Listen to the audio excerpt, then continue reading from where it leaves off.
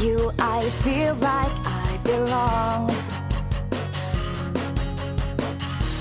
Every day a little bit further along.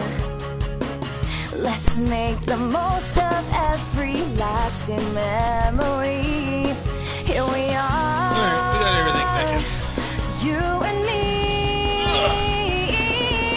Even it's late, but you know. We'll have the time of our lives. Don't. So there's C14. Let's remind ourselves what's happening here, relationship-wise. Yeah, that's about it, right? So we're all good? Alright, there we are. What's up? Oh, of course, hey, how's it going, everybody? Welcome back to Wally Weasel, as we continue playing through some C14 Dating. See how far along we can get in this one today. Rosemary blinked out of her trance and turned to me. Flashing a smile, she made a sweeping movement with her arm to direct my attention. Oh, trying to reinvent this collection. They're all pieces from the same layer, and I'm trying to connect them. That sounds difficult. There's easily hundreds right here. Think of it as getting a box of pieces from different jigsaw puzzles. They don't tell you how many pieces are missing or how many puzzles they're from. No pictures to help either. It's a huge accomplishment even to pair up one. And now I'm forbidden to use the glue. Blech. Yeah, I did hear a snippet of it. It seems both Langston and Hendrick don't like it when the collectible or collections get fiddled with. Agitated, she slammed both hands on the table. They disapprove of removing anything from their precious order. Everything must remain in its property, recorded, placed, and stored in a way. They pay more attention to context and records photography than actively putting the pieces together. I feel like I'm the only one who wants to learn about the Neanderthals. They're so boneheaded. No, more like rock-headed. Forgive me for resorting to one of Hendrick's puns. Anyway, I'm the one who studies all the technology. I even craft my own tools and weapons. Here to demonstrate. Weapons. If you feel free to help me, seeing it as close as fascinating. Just watch yourself. Many of the blades and edges are still sharp, like new. Sure! I pulled up a chair, focusing on the nearest pieces. So these are all from Kaelin. Kaelin Cave? Of course, every single one documented is accounted for. If a flint was found in the wet screening, though, they'll be missing some coordinates. The variety was stunning, from small flake pieces to others that resembled axes or thin knives. I picked up one and brought it to her attention. How were they able to accomplish this exactly? Sherry did lecture to me about it, but it was mostly sketch diagrams for the final product, and not the process. Depends on what they were planning to do with it. For example, make a Rayclor X points. The one you're holding is a Rayclor, also called a scraper. You can see it was beautifully retouched by pressure flaking at its edge here. They used to burn, or think of it like a chisel with pointed end, and apply force until it's snapped a flake off. Good for finer details and to resharpen tools. Neanderthals were clever. They knew how to get long use out of their tools, and they had more control with the previous stone tool industry. And this one, I picked it up and... Alright, I picked it up. The stone had an odd bulb near the end, followed by ripples along its surface, and reminded me of a shell. That's a conchial flake. It could be retouched into a tool if needed. It was easier to carry lightweight flakes than large intact rocks. This was done by percussion flaking. Basically, they used a hammer system to strike it at a precise angle to break flakes off, causing this ripping pattern. Place the object down, and Rosemary tapped one of the bigger ones in the center of the box. This guard thing in the middle is a quartzite core quartzite core. Quartzite is extremely hard to snap, but if material was limited, they would use it. Now I need to find the tertiary flakes to fit to it. Tertiary? Flakes from the interior, part of the rock. Think of the core as the yolk of an egg. The tertiary flakes are the white part, and the outer flakes, called primary and secondary, are pieces of the shell. I'm following how Neanderthals napped the tools in reverse, step by step. I know the terminology can be a little overwhelming. Right now it's more important to be able to identify them when you're digging. This quartzite is actually from an old Meuse River deposit a few kilometers from here. Hendrik and I published a few papers on material sources. Higher quality material like flint and chert will be carried for even longer distances. Dear me, I'm blathering on like some cartoon owl from a kid's show. If you like, I can show you some of the stuff Hendrik and I published together. It'll give you more insight regarding Kalen's history. Really? I'd love to see it if you could email and print it off. I was odd that they had published works, but now that I thought about it, they probably published updates on findings related to Kalen Cave. Sounds like you and Hendrik have worked a lot together. We attended the same university and we went to similar classes, obviously published some papers together too. I hesitated, but decided to be frank about it. It'd be nagging at the back of my mind for a while. Are you and Hendrik a couple? What? Where'd you get that idea? Don't get me wrong, I love and adore Hendrik, but as a friend, I'm not attracted to men in that way either. Anyway, about the papers, I'll talk to Hendrik about it, since I know he'll have them on hand, or in digital format. Ah, there he is. Is my name being mentioned? Wait, so she doesn't like men in that way. Oh, three-way with Joel? Oh, Hen, speak of the devil. Melissa and I were discussing sharing our published works with her. No, not those. They're all badly worded gibberish with convoluted sentences in an attempt to sound mastery smart. You're over-exaggerating. And they're in French. Some are published in English. You know, I don't have to look at them if you don't want me to. I'm satisfied with my recent works, so I don't mind sharing those with you. This first published work could be boiled down to G? Yeah. These 60 million year old mountains sure haven't changed much in 60 million years. I had to pick something, and it was still time consuming. Compiling all that data. Miss G, these Neanderthals, preferred to use local napping material. She pouted and then hemmed and changed the subject. I'll gather the newest articles.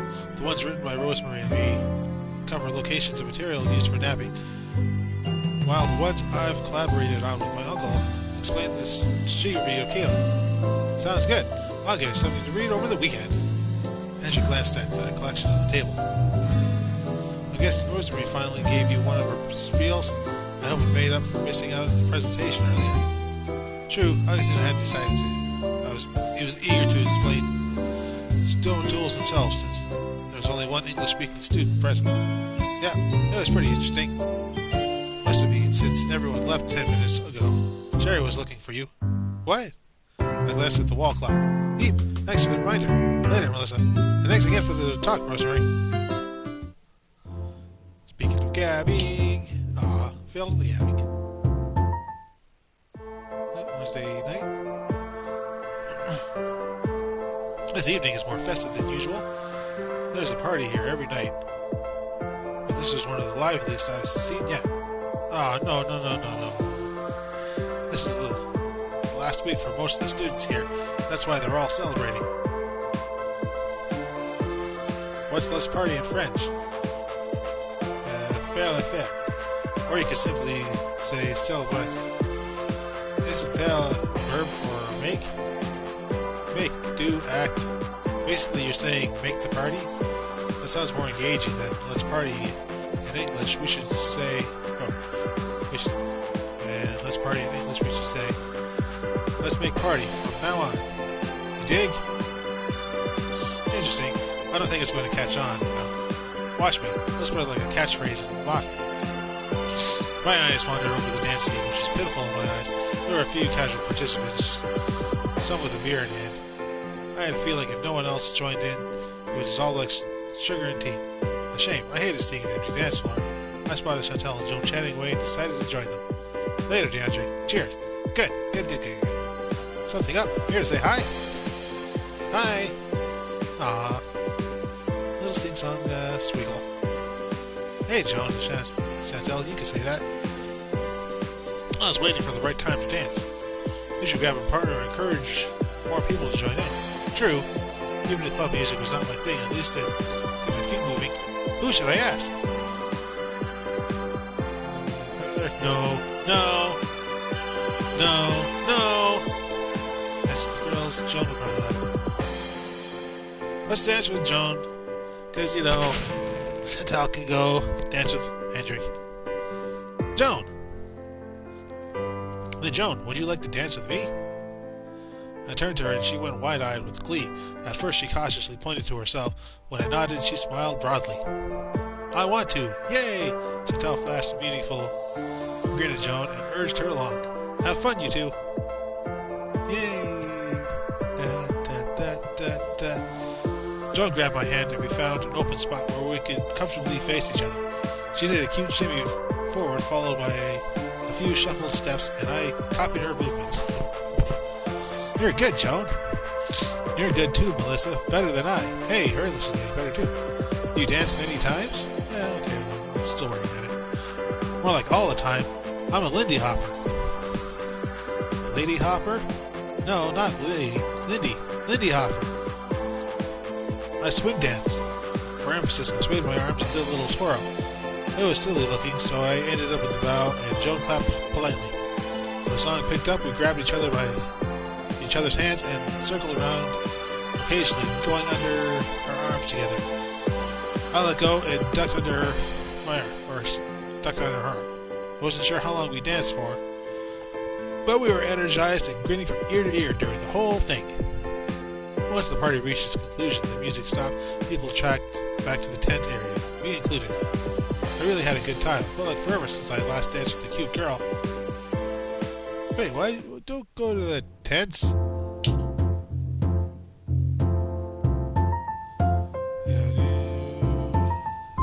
Oh, it's one of these ones. Alright. 4. 1. No. 2, 3, 4. It's 8. 1, 2, 3, 4, 5, 6, 7, 8. Yep, that's good. 5. 1, 2, 3, 4, 5. So 6. 1, 2, 3, 4, 5, 6. 5, and then 1. 1, 2, 3, 4, 5, 6.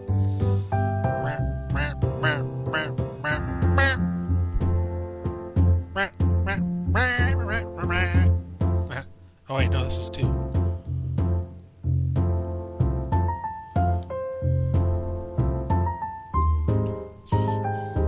6. I'll try like that. 1,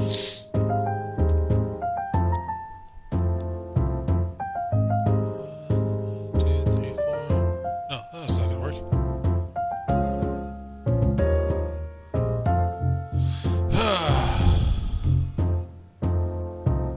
Screw it, let's cheat. We're cheating. 2 more hits.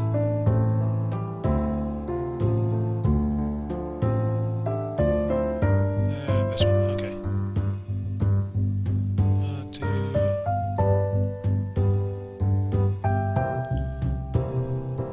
1, 2, 3, 4, 5, 6. 3.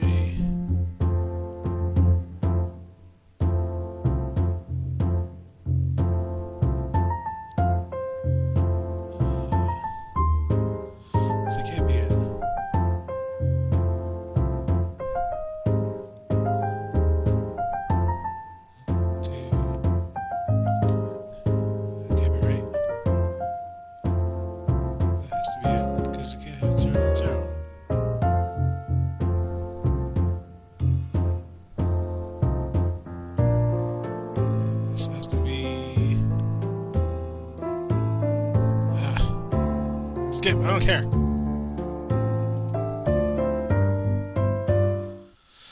I hate those ones.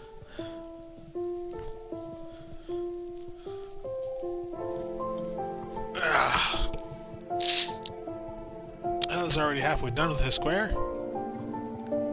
I just really glanced at his Dell frame. He held an updated photograph to compare the new positions of the sediments. A sentimental swing song started, and I quickly hit next on my phone. I thought I deleted it from my list. While skipping through my collection, I heard voices above me and looked up, wondering what all the hullabaloo was about. No, Chantel, you can do so much better. On the narrow industrial catwalk, DeAndre and Chantel were engaged in a lively conversation. Judging from her laughter, he was telling a humorous story, animated with exaggerated emotions. Soji waited anxiously a few paces behind them, his hands occupied with 2 buckets. He looked uncertain on whether to ask them to move or to retreat instead. Finally, Shoji uttered something low and apologetic, catching their attention, and the pair separated. DeAndre shuffled backward to the edge of the catwalk, and I gasped in horror. Look out! His foot stumbled over a cement block, which contained a wooden beam with a heat lamp clamped to it. Shoji dropped the buckets and lunged forward with Chantel to grab DeAndre. However, they couldn't stop the items he collided into, and they tipped over into the catwalk. I extended the door for Kyler, who was unaware of the events. There was a loud crash behind us as I tackled him out of the harm's way, and I cradled my head protectively when we hit the hard ground. Dirt from the bucket spilled through the catwalk and rained down on us harmlessly. I glanced back to view the damage. Are you okay? Oh, okay, shit. Sherry briskly walked over to the lower catwalk towards our pit and fearfully peered over. I scooted back when I realized Chantel had Kyler pinned to the floor. It appeared safe enough, and Kyler sat up, immediately examining the mess. I heard perturbed voices from above, including DeAndre's. I turned to Sherry first, doing my best to ignore my visible shaking. My hair over his head come loose, and I stuffed them into my pocket to mask my trembling. Yeah, we're fine. Careful! The heat lamp shattered. Don't cut yourself. Ah. I stood up cautiously, taking note of the disturbed dirt and the wooden beam that leaned right against my square. It would hit me if I had moved along with the heat lamp and cement block. They were right by my feet. Oh man, that was close. For safety reasons, I approached the ladder, but paused when Kyler unleashed an enraged rant at DeAndre. Whenever DeAndre desperately tried to counter, Kyler would cut him off and gesture wildly to the mess. Calm Kyler down, clean up the mess. Let's just clean up the mess. At least I can remove this heat lamp. I knelt down, but when my fingers grazed the edge, I let out a pained gasp and reflexively moved my hand. I stuck the burned fingertip into my mouth. My reaction caused Kyler to turn around, dropping his tirade to tend to me. What are you doing? You shouldn't touch any of this wreck. Come on, let's get out of here. Right. Are either of you injured? Kyler rubbed the back of his neck while I wriggled my injured finger. Small burn. I think I'll live. I'm fine. Was dazed briefly when Melissa saved me, but I didn't hit my head or anything. I put a hand on my chest and exhaled loudly in relief. Oh, good. I didn't mean to attack you like that. It all happened so fast. From the corner of my eye, I saw a curious student staring down at us. Forcing a grin, I gave an awkward wave. We're okay. No harm done. Hopefully, my cheerful tone pacified their anxiety. DeAndre looked as if he was about to throw up from sheer guilt. He was that pale. He shuffled a few paces down and grabbed the railing as he leaned over to get a better view. You sure? I'm very sorry about that. I'll clean up this mess and everything. I wasn't thinking, and... What on earth? Hendrik approached DeAndre, who began pointing and explaining in fretful French. Joan was a few steps behind Hendrik, and I assumed she was the one who alerted Hendrik to the incident. Shoji and Chantel joined in, and Shoji stammering profusely, while DeAndre watched him in surprise. I guess Shoji felt partially responsible for the whole thing, too. Now what? Kyler and I can't exactly continue our excavation. I don't mind cleaning up. Goodness, no. You two experienced a close call just moments ago. If anything, the main team's fault over overlooking such a precarious setup. Take a break, or you can switch to the lab. We'll take care of this straight away. I know Oxton isn't going to be too thrilled about this. I'll try to clean up as much as I can before he says the full mess. No hurt, no kill. Keep alive, and treasure will be yours, or whatever the hell he said. Before I could protest, she shooed both of us away, encouraging us to get some fresh air. Once we were outside, it wasn't until I gazed at the forest that I noticed my heart beating rapidly.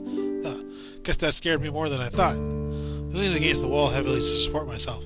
It terrified me to know in a moment slower, Kyler, or most likely myself, judging from where the equipment smashed, could have been seriously hurt or worse. Are you truly all right? The words were hesitant but sympathetic, and I tilted my head in his direction. Yeah, obviously a little shaken up, but I'll be fine. I'm glad you're physically unharmed, at any rate. I thank you for shielding me. How were you able to react that fast? I was fortunate enough to hear the chatter, and then I saw it happen.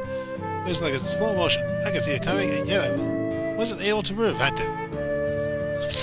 I knew you would be able to hear what went on, and so I couldn't exactly warn you. Must have been confusing me tackling you to the ground for supposedly no reason, blaming on my dancing reflexes. I had no clue what was happening until I looked past you again. Thank you, if you hadn't. He trailed off, unable to finish, and I nodded understandably. It's nothing. The lessons brought up, the better. I don't want to dwell on it, or I'll make myself sick with worry over the could-have-beens. I'll do lab work in the meantime. I'm going to remain here. Right, later then. I departed, grateful for the fresh air. Halfway down the path to the museum, DeAndre called for me. He skidded, then stopped a few paces before me, leaning over with his hands and knees as he catch his breath. He must have been sprinting like mad to catch up. There you are. I really wanted to apologize about the whole thing. You're not hurt? I'm fine. Kyle and I made it through unharmed. Did you talk to him? He kicked a pebble embedded in the dirt. I tried, but he didn't want to hear it. Then I got worried you felt the same way. Berate for his carelessness. Let it go. Let it go. Don't worry about it. No one was hurt in the end. He bashfully scratched the back of his head, as if unable to tell whether I said that to be nice or from genuine relief. You sure? I mean, if that cement block hit you, do I look dead to you? No. Then it's okay. No one got injured, and that's what matters. You don't need to beat yourself up over it. I'm sure you feel bad enough as it is. I'm not angry at you either. It was an accident. The heat lamp shouldn't have been positioned there anyway. It was already a danger. I'm glad you weren't hurt. You nearly topped it off there. I was lucky. I had no idea Shoji could react that fast. Chantel, too. I highly doubt they could have stopped my fall alone. You're impressive yourself, shielding Kyler from the equipment. Only because people have always told me I have fast reflexes. I avoided mentioning that I was able to take action because I glanced up by chance. There was enough guilt on his shoulder, and he didn't need to know that if I was tuned out, it might have ended up differently. I'm glad you're okay. Now I need to return and help with the cleanup before Professor DuPont gets here. We exchanged cringed expressions, but DeAndre gave me a clap to the shoulder to show he was going to face it head-on. Right, I'll see you later, DeAndre. Lab stuff, and we failed. And bonk, yes! Yay, succeeded in the lab. But will I succeed in the lab here? Probably not. 24. It's 8. Cloth and brush. 8, 7, 15, maybe. No, let's add toothpicks. Check. Damn it.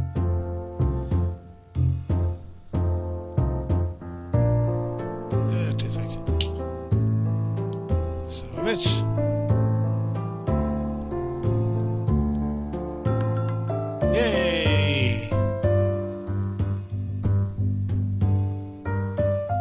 9, it could be 8. Damn it!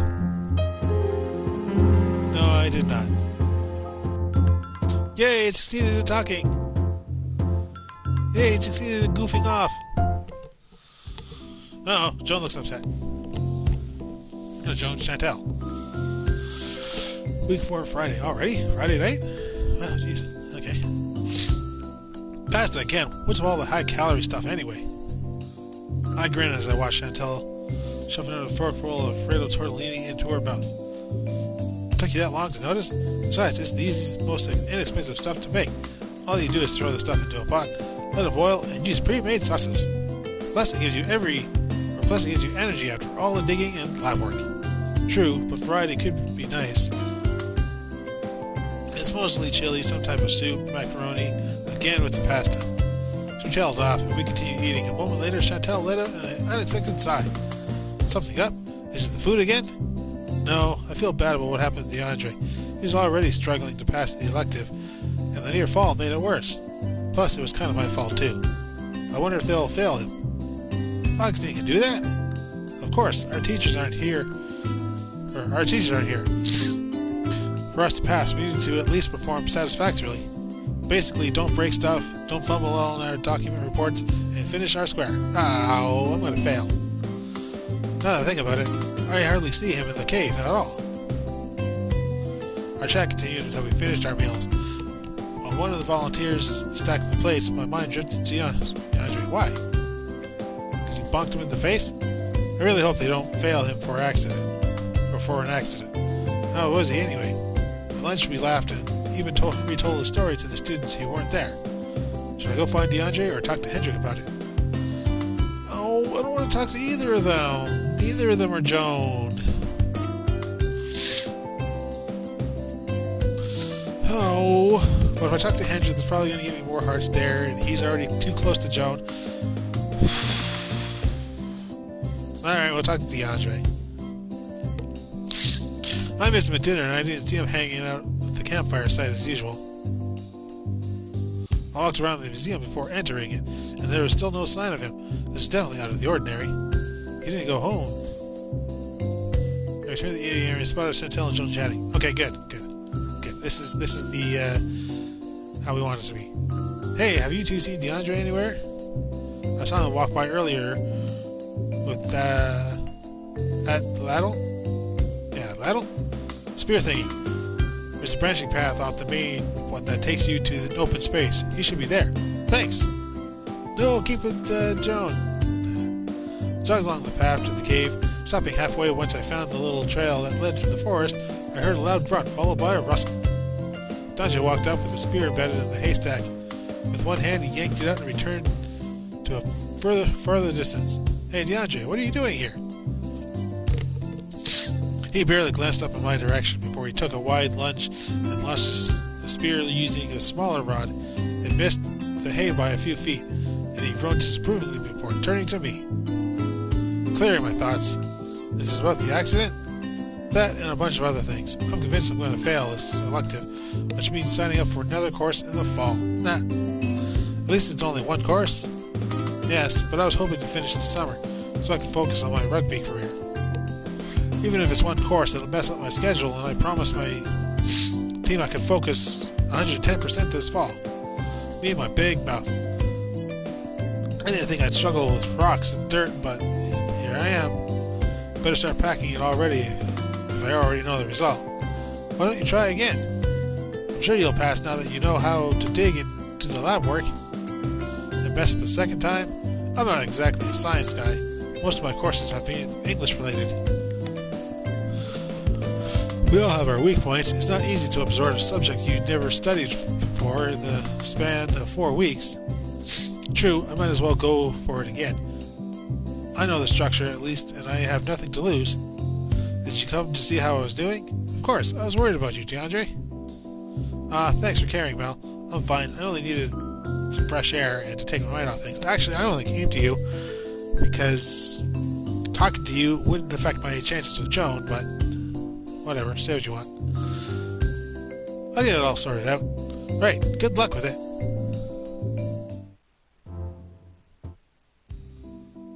Should I stay with Joan and Chantel the weekend? Yes!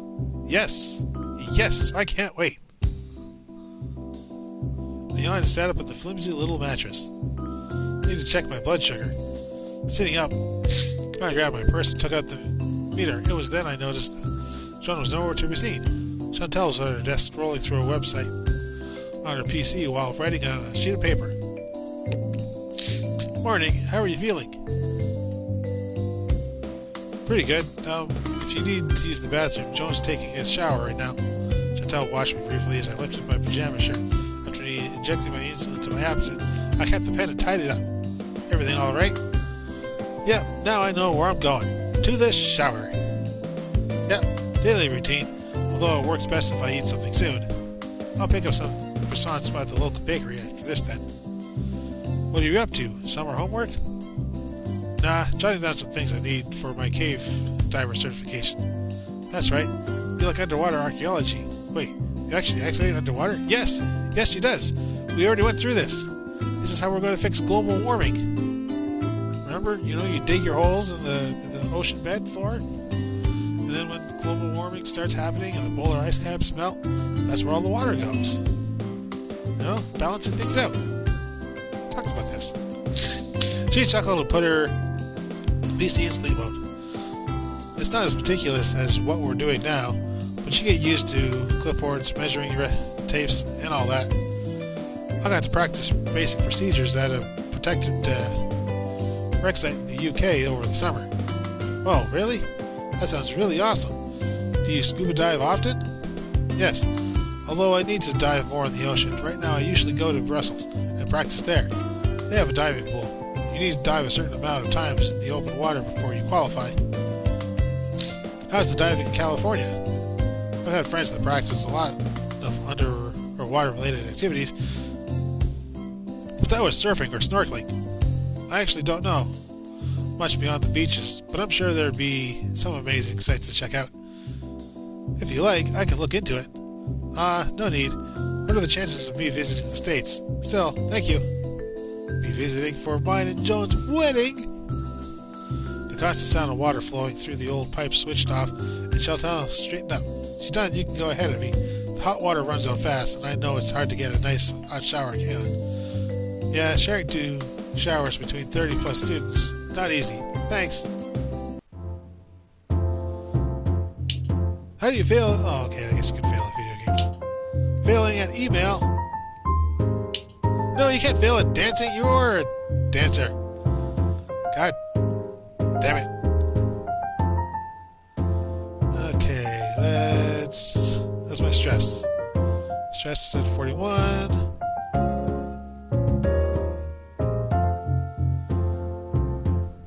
Let's see.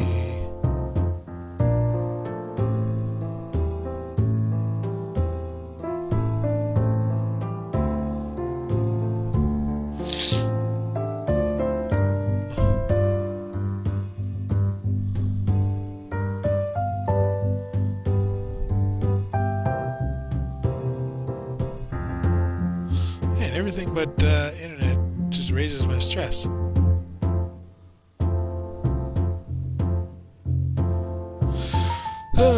Oh well. How are our relationships going? Ooh, yes, good. Joan. 2, 3, 4, 4.5 hearts. Okay, we did get a heart with DeAndre. That's fine. That's fine. He's still like, too far behind. But Joan, yay, Joan. Okay, that's wait.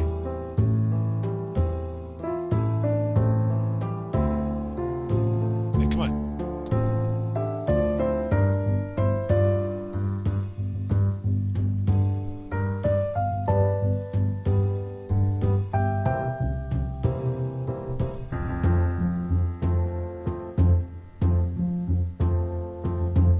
Stats.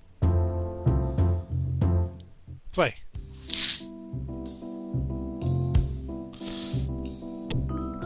Waypoint, huh? Today, Kale and Kate will receive an influx of new students, meaning repeated lectures and speeches. I could count on Calais, Chantal, and Joan returning, and of course the main excavation team, but as usual, the truck pulled up before the closed gate. Augustine hopped out and unlocked it before returning to his vehicle and parking it elsewhere. Sherry approached me, patting her purse. I have your journal. Please go over it when you have the chance. Will do. Thanks, Sherry. She disappeared into the museum. As time passed, more and more students arrived. Not like the first time, I immediately greeted them in broken French, then explained I could not speak it. Well, they responded with English with various degrees of fluency, appreciating the warm welcome. Hendrik and Rosemary arrived next. Hendrik gave a friendly wave as I hurried to meet them. Leaning down, he greeted me with a light kiss to both cheeks, and Rosemary followed suit. Hey, kiddo, how was your weekend? Looks like you survived, at least. I hope the scary sounds didn't keep you awake all night. I learned to drown them out with my headphones. Now I can actually sleep. Wait a minute. You didn't spend the weekend in the museum? You spent it with Joan. Is that like a secret? Are you not telling anybody this? Sounds. My uncle joked that the museum was haunted with a raft of Neanderthal we dug up, and she believed it. Wait, yeah. Yeah, we didn't spend it at the museum. Come on, game. Keep up. I did not. Do not. It's a little eerie at night, that's all. Jews, maybe it is there. Well, you are surrounded by a lot of bones. Raft of Neanderthals, ha!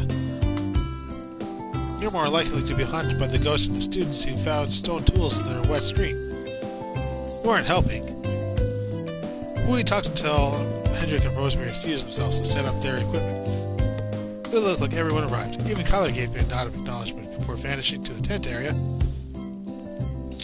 Out of the corner of my eye, I spotted DeAndre and Shoji, both pulling their luggage again, and I brightened. DeAndre's return was expected, but Shoji had no reason to continue the elective. Greet DeAndre first. Let's greet Shoji first. Comment allez-vous? Ça va bien? I leaned in and he froze on the spot. Noting his hesitation, I paused, waiting for a sign. Slowly, he turned his head to the do it wrong? Let's see, his was like kind of soft-spoken. No. I just didn't expect it, that's all. Shoot. And what brings you back? I thought you finished the elective for good.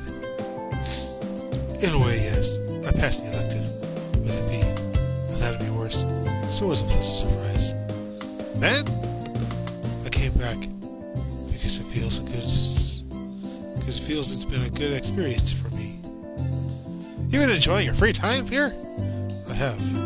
At first, I wasn't. I felt awkward, but people have been friendly. Even if Augustine can get a little scary at times. Tell me about it. Well, I'm glad you're here. Again, it's nice to see a friendly, familiar face. And now you have more experience than most of the students here. Yes. He took tiny steps away, and I saw that he was trying to reach the tent area. Without brushing me off, I gestured toward the path. Go ahead, you can tell me if I need to end the conversation, you know. With a grateful nod, just as DeAndre was coming back. Ready for round 2? You know it, even if DuPont is not happy to see my mug here again. Hendrik said he'd do his best to be more available this time. It probably won't be easy for the whole wave of students. At least I'm familiar with the routine. When we heard Augustine shouting together the students around, DeAndre lowered his voice. I'll definitely pass this time. I couldn't believe it. It was already halfway point. Time to make the most of the last 4 weeks. So then you fail right away? The lab again.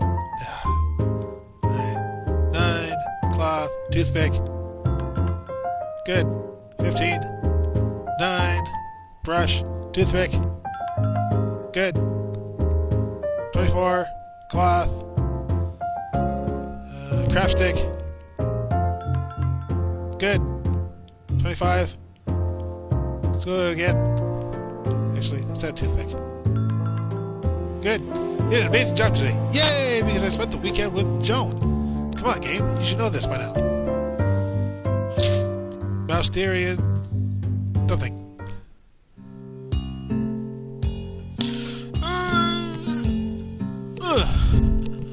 Well, I was getting better in the lab, but why is it so hard to write on bones?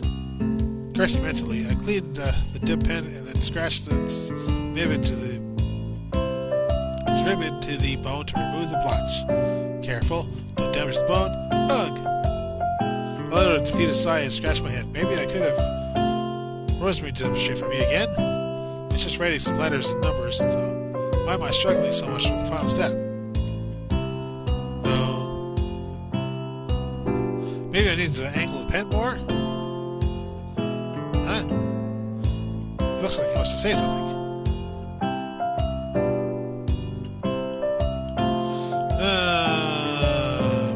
Well, Joan's not going to give me help, so I guess. Did you need something, Soji? No.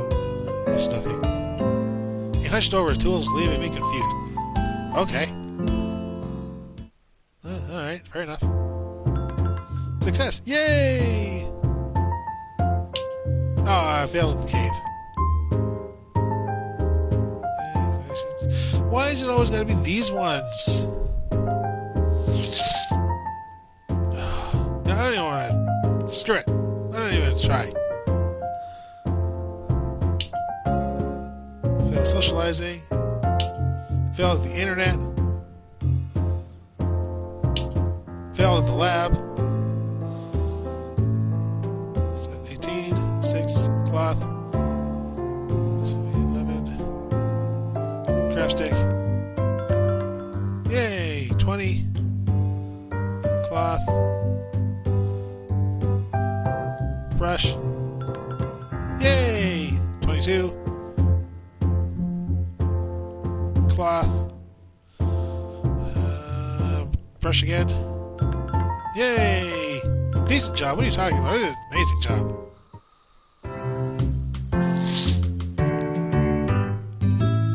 What, Kyler's in the lab? What a rare sight. If you have any questions or need, I can't focus on you hanging over my shoulder. Fine, I'll let you be. So languishing. Rosemary sighed and wandered over to my table. Don't get along? Not my fault I'm charming and lovable, and he's not. I can't explain it. It feels like I'm talking to a wall. Don't get along? Not my fault. No, okay. Or a square. A square? It's a running joke dance that we call boring stuffy people squares, since they don't think outside of the box and all. Ah, a square. That suits him perfectly. He never looks beyond the square he digs at. Still, I wish he'd seek my help more. It's bad enough he ignores Hendrik. Obviously, he's brilliant and contributed to both archaeology and records retrieval, but he's just one mind and one man. We all have our ways of doing and teaching to widen that horizon.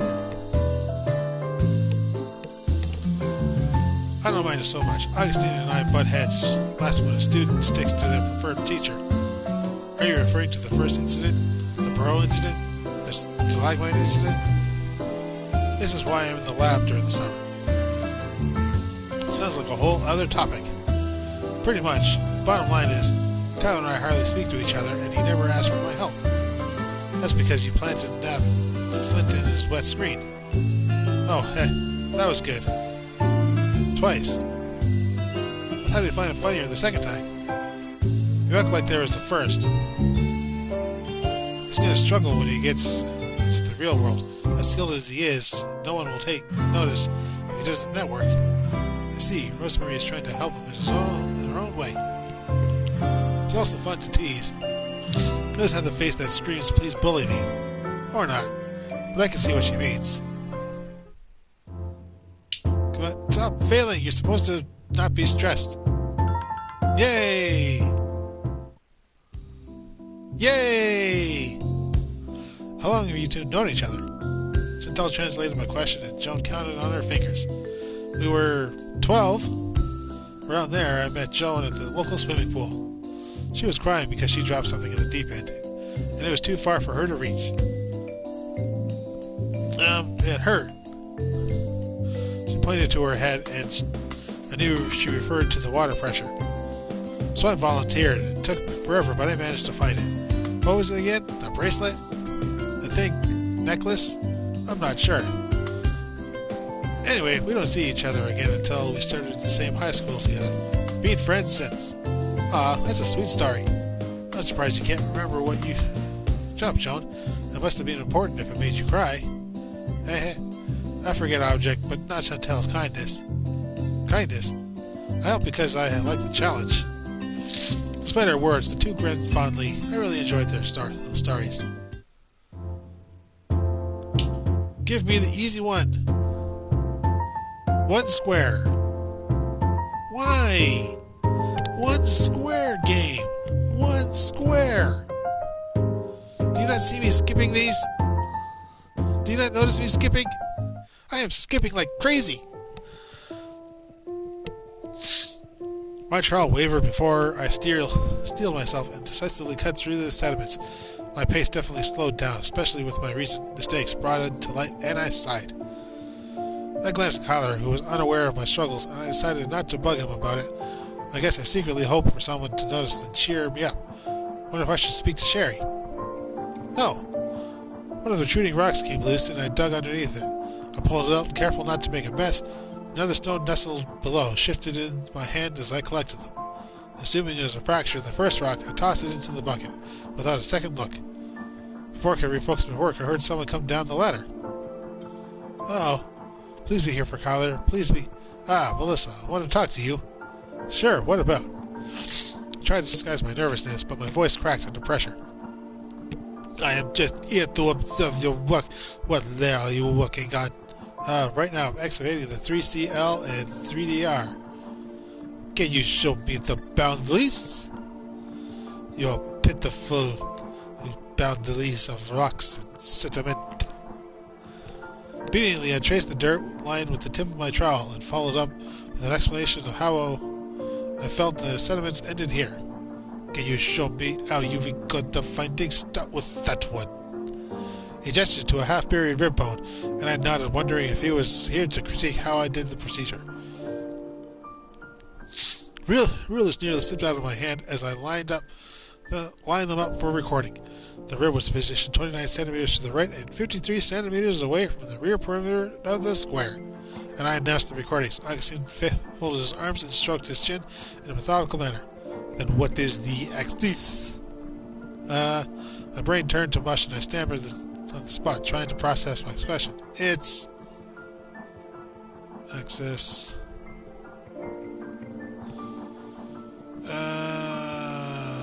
shoot. Let's... I think x-axis is the horizontal. I want to say...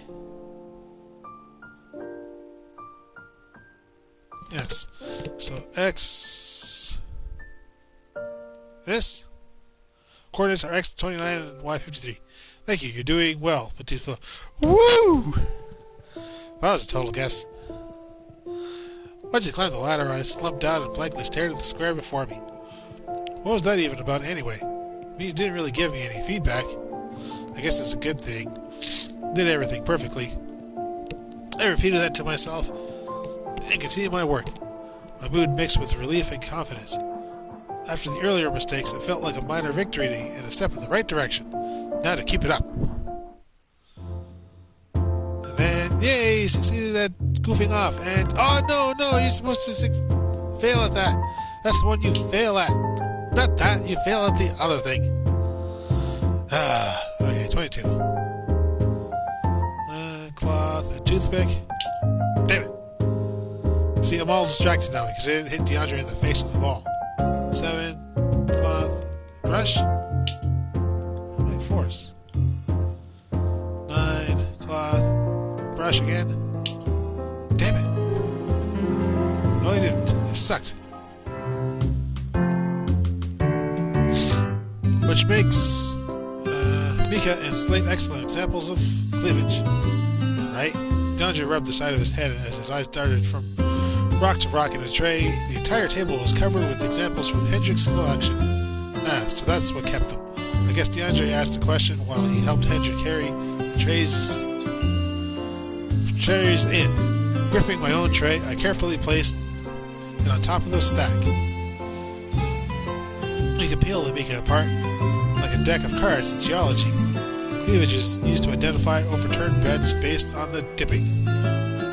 Okay, now I really need to know can you say stuff like this. Oh, I really need to know, how can you say stuff like this with a straight face? What do you mean? Never mind, continue with the cleavage. Wait, why is he looking at me when he says that? Right, once we're finished, we'll go over luster and hardness. Anyway, there are two types of cleavage, continuous and disjunctive. Cleavage, or disjunctive cleavage. Continuous is when the door swung open, interrupting the lecture. Rosemary took a small step inside and motioned with her hand. Helena wants to talk to you about something. It's regarding the upcoming class trip. Oh, then I'll be right there. You two can head back outside. This will take a while. Two exited, DeAndre fiddled with the flaky Miko before setting it down. How did that whole conversation start? All I did was ask what rock this was. Then he lit up like a Christmas tree. And before I knew it, he says, how have you been handling the humor? Have you been handling the humor? Have you been buried in a landslide of jokes yet? I'm getting out of here before those geology puns hit rock bottom. He then zeroed on, hey, you just made one yourself. He then zeroed in on a rock, tapping the piece of paper glued to the bottom of the tray and shook his head. Well, there's a mineral called Coming Tonight. Oh, Coming Tonight. Oh no, we're not going there. But seriously, banning dirty puns. Think of the jokes. Good night, everybody. Oh, sir. Oh, wow. Okay. Fail. No, don't fail at conversing. Okay, this is where, yes, you have to succeed at the internet. Yes. Don't automatically go to no. Yes. I can't wait. After I put my dishes away, I trooped to the bedroom to grab my gym clothes. Now that I was familiar with Liege, I thought of going for a jog around the city square.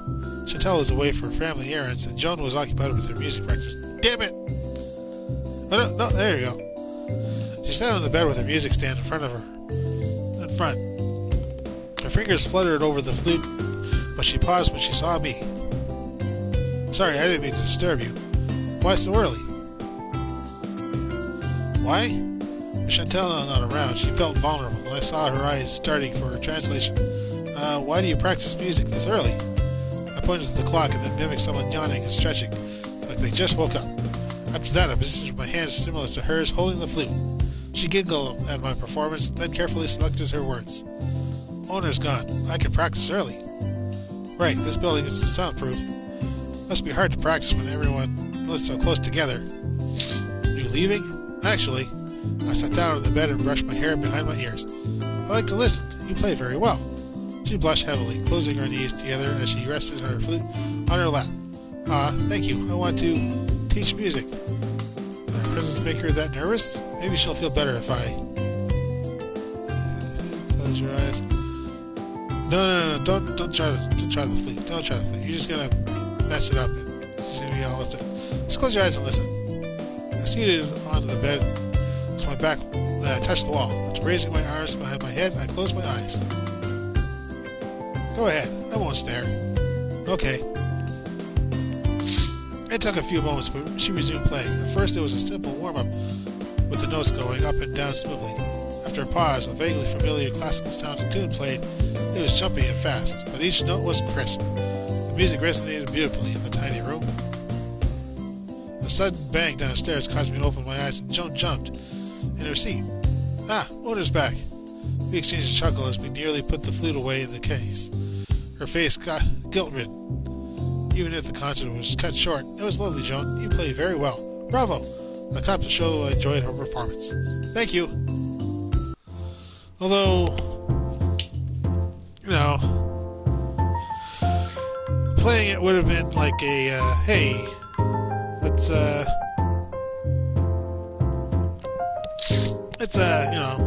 be students of hers or whatever. Check the relationships. Ooh, 5 hearts with Joan. 5 hearts with Joan. Hendrick's still 3.5. Kyler still got the 1. Got a little more with DeAndre. Just a tiny bit more.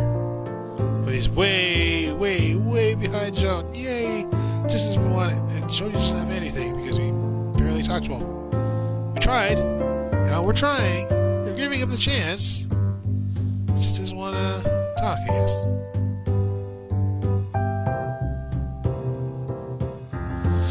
Okay, I'm gonna get something to drink. Grab it right back, people.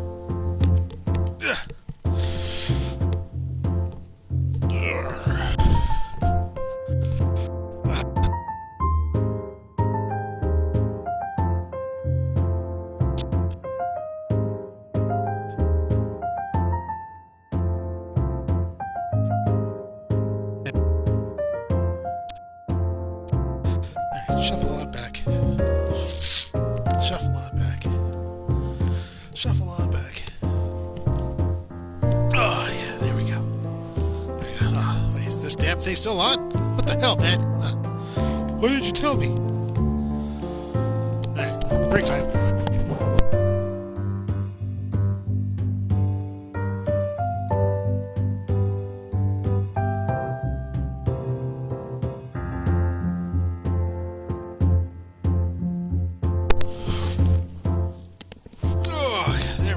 Okay. Been around week 5 still, or are we go to lab? Fail again. 4 objects. 15. Fresh. Okay, that was easy. Crash sticks and toothpicks. No!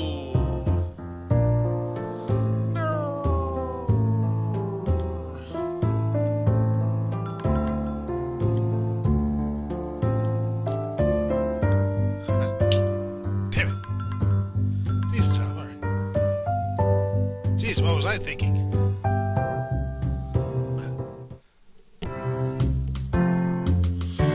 What is this anyway? It's like a rock, but crusty and reddish. I held up an odd conglomerated mess, which felt like a clump of brittle sticks poking out of a mud mass. That's vomit, regurgitated from a big ram. Bet if you break it apart, you'll find a cluster of rodent bones inside. Please tell me you don't have to wash it. I don't want to get it all moist again. He chuckled as he returned to scrubbing a fine tooth with his toothbrush. Nah, you can leave it as is. One of the team members will dissect it later. I should stop picking up all the bags of the moist, interesting looking stuff. You can be like me and pick the smallest ones. At least I feel like I'm making progress when I go through multiple reports in a day. The table vibrated. DeAndre snatched his phone as Hendrik looked in disapproval. After DeAndre tapped the screen a few times, his face fell. He read something, then stuffed the phone into his pocket to hide it. Something up? Just training schedule. It's bad enough I have to miss out on most of them until I finish the selective. What are you training? I was surprised you decided to repeat archaeology instead of signing up for a different course in the fall. Rugby. I play for Corona RC. There was a beat before Hendrik shot up, the chair screeching back with sheer force. What? You play in the league? That's cool. If I remember correctly, you guys performed pretty well in the final game. Wait. You're a professional athlete? I've only been on the roster for a year. That's why I vowed to work harder this season. If you ever want game tickets, you know who to ask. Now I see why you retook the elective. Right, once I get my required credits and graduate, I'll move to Verona. I'll be able to focus on training better and regain my independence. Living in New Zealand drained me financially, and I miss having my own place, though. It's possible my brother might join if he doesn't mind the commute to university. Talk about moving out. It's really nice having your own place, even for a little while. You moved out? I'm in the dorms to avoid commutes. My unit is pretty far. I'm not looking forward to the awkward part where I move back in. Until I find a job, though. More drinking.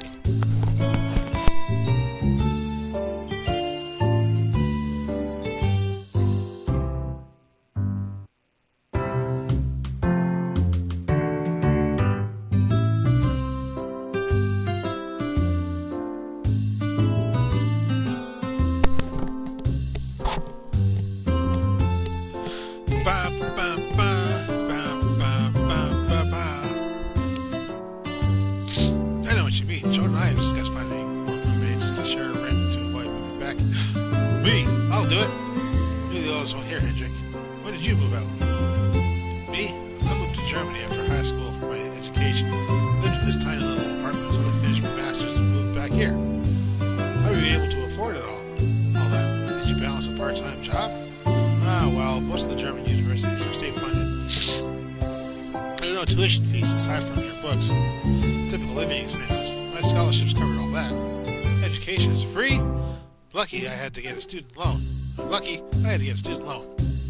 And now?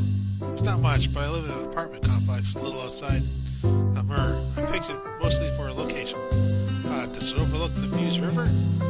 That you get a nice view of the limestone quarry. On the opposite side of the river. The main door swung open and a grocery stepped out. Wait, isn't the lab outside? How are there doors? Where are these doors? I want to see the doors. And reminding you that the group tour will arrive in about 30 minutes. They're on their way now. Oh, ready? Thanks, Rose. Liz and I are going to be ordering everyone to clean up and then head to the cave. We won't be able to get any work done with 20-something kids around. Feel free to pretend to dig if you'd like. It's all for the kids. Hendrik stood up and started the announcement in French. I returned the half-clean bone to the tinfoil and began washing off the tools. I trekked up the cave and hastily grabbed the supplies as I made my way down to my usual square. Kyler was nowhere to be seen. Odd. Was he headed for something? Maybe he was helping out with the tour. I started digging, albeit at a relaxed pace, until I could hear footsteps and chatter of voices entering the cave. Hendrik led a middle-aged teacher and roughly 20 elementary students onto the catwalk, forming a long line. Many of the kids clambered to the railing, poking their heads above or between the bars. They pointed excitedly at all the archaeologists at work, or pretended to dig. It wasn't until I craned my head up that I spotted Kyler near the back. While Hendrik gestured to the roof, to the cave, Kyler made a fluid motion signs whenever he spoke. The kids must have been curious about him.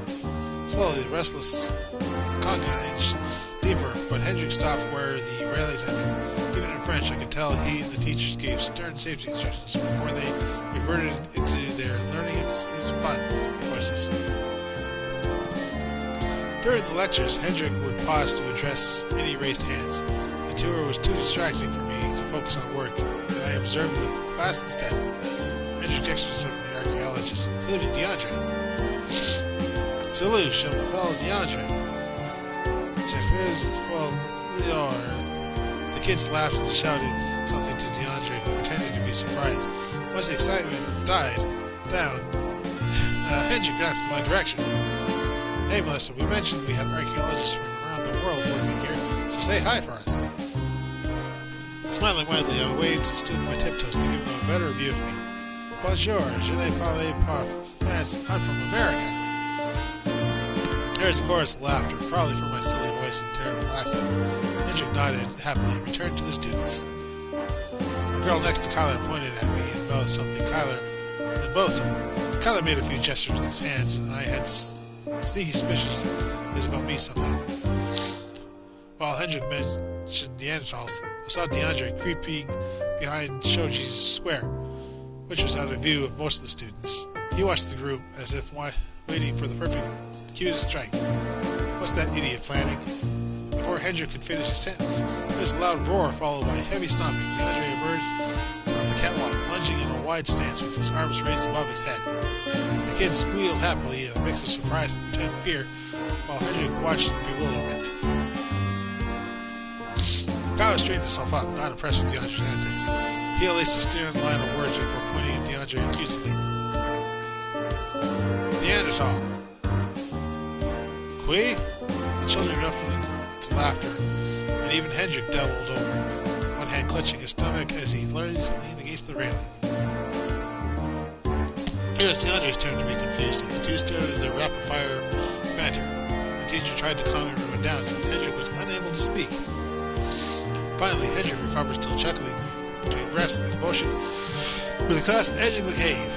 The teacher repeated Hendrik's instructions, and the children slowly filed out, this time led by Kyler.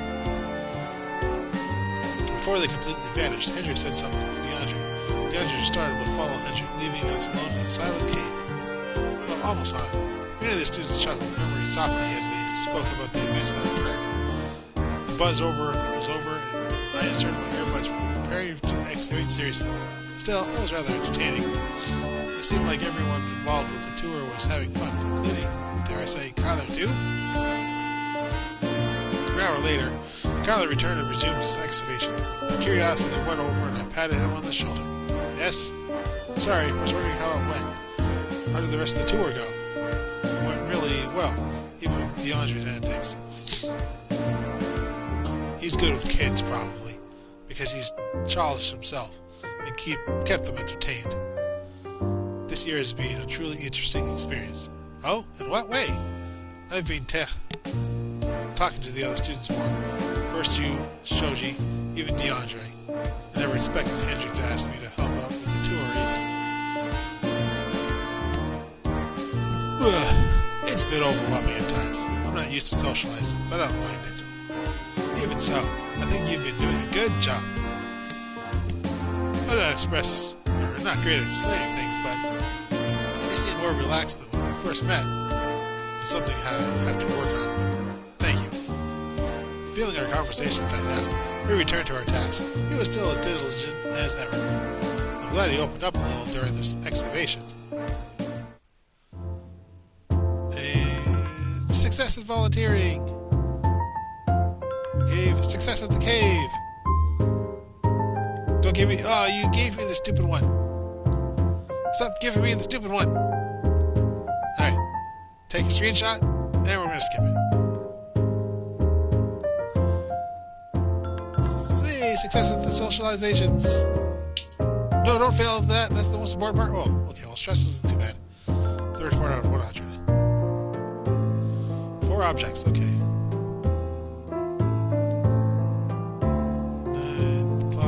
Toothpick. Yes. 9 cloth.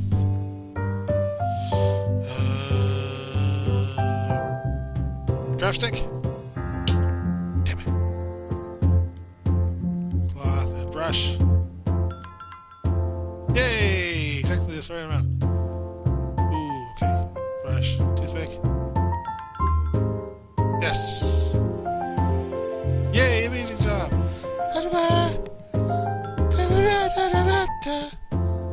Yay! And done with this bag. I exhaled and rolled my shoulders before standing up to stretch out completely. Hunching over the table while cleaning took a lot out of me. And it wasn't even noon yet. You're getting efficient at this. Hendrik gazed at the tray, cups full of clean finds. He picked one up to examine, and I sighed in relief. Thanks. What? What is it? What is it? What's that face for? He frowned, then picked up another bone. My stomach churned, having a bad feeling about this. Oh, what is it? It's the dating format. We use day, month, year here, not month, day, year. What? You mean all this time? I've been here for like 6 weeks. I stood up and scanned through the cups and indeed findings all the MDY format written on them. Do you know how long you've been using the MDY format? You didn't tell me? I was thinking.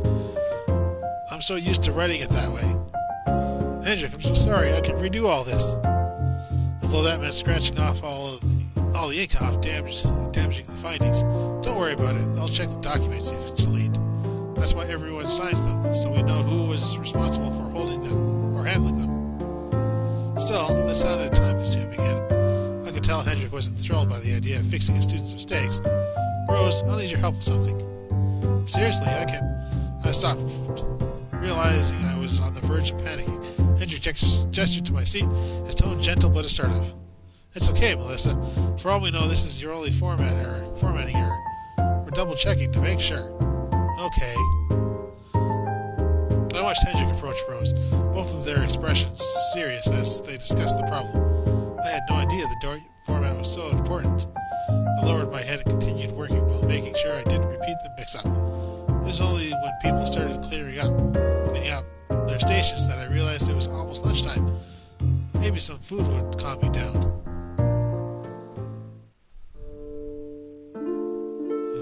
the sad music. Not really sad music. Well, drama music, I guess. Sighing, I tore the Swiss cheese absentmindedly, my fingers fumbling as I tried to tame my feelings. Come on, Joan to the rescue! Joan to the rescue! It was a battle, though. All of my mistakes finally caught up to me, and my confidence melted like cheese in hot soup. Joan to the rescue! No, not DeAndre! Mel, yeah? Are you okay? You seem out of it. No, you're not Joan! It's supposed to be Joan to the rescue, not you. Give me the option to ignore him. Just tired. Why do you ask? Because you're missing your suit. Huh? I glanced down and realized I had a mountain of cheese fragments piled up beside my bowl. Well, those are for later. Whether it was a waste of food or the transparency of my emotions, my eyes watered again, threatening to spill out. Blinking, I held back a hiccuping sob and stood nearly tripping over the bench in my haste. Mentally apologizing to the poor soul who had to clean up my mess, I retreated to my tent. Where Joan is! Where Joan is! Joan! Help me, Joan! Moments later, I curled up in the air mattress, my head buried against my knees. Warm tears rolled down my cheeks, and I occasionally wiped my face against my pants. I'm a failure of an archaeologist. I can't even write the dates right. Really? That's it? That's all it takes? Writing the dates? Ah. This was a mistake after all. I can't do this. I want to go home. Jesus. What the hell? Sherry must regret bringing me over. Seriously? I heard footsteps approach the tent area and I struggled to keep my crying to a minimum. My tent was closed, save for a small slit to allow some fresh air in. I sniffed, but quieted. Quieted down. Wait, quieted? Is that how it is? That was just seems like quieted. Was it really a quieted? I don't know. I'm just gonna go with mine because it sounds better. I sniffed but quieted down, not wanting to disturb the person who was probably grabbing a phone or some other possession. However, the steps halted in front of my tent, and I glanced up curiously, spotting a dark outline through the fabric. Come on! Come on, Melissa, you here? Come on! Yes! There she is! She's here to save the day, as usual. She always comes in and says, yay! Joan's voice drifted through the tent. Yeah, I'm here. You okay? Talk it out? Accept her offer. Obviously. Yay, she's got a new shirt. See? Anytime we're in trouble, Joan comes and saves the day. This union is fated to be together. I crawled over to the flap and unzipped it to give Joan access before scooting back. She entered and made herself comfortable on the other side of the mattress. Underneath, she folded her hands in her lap and looked at me sympathetically. Sad. Yes, a lot happened today, and I'm upset. Yeah, we broke a few things, so, you know. She tilted her head and gave it a frustrated sigh.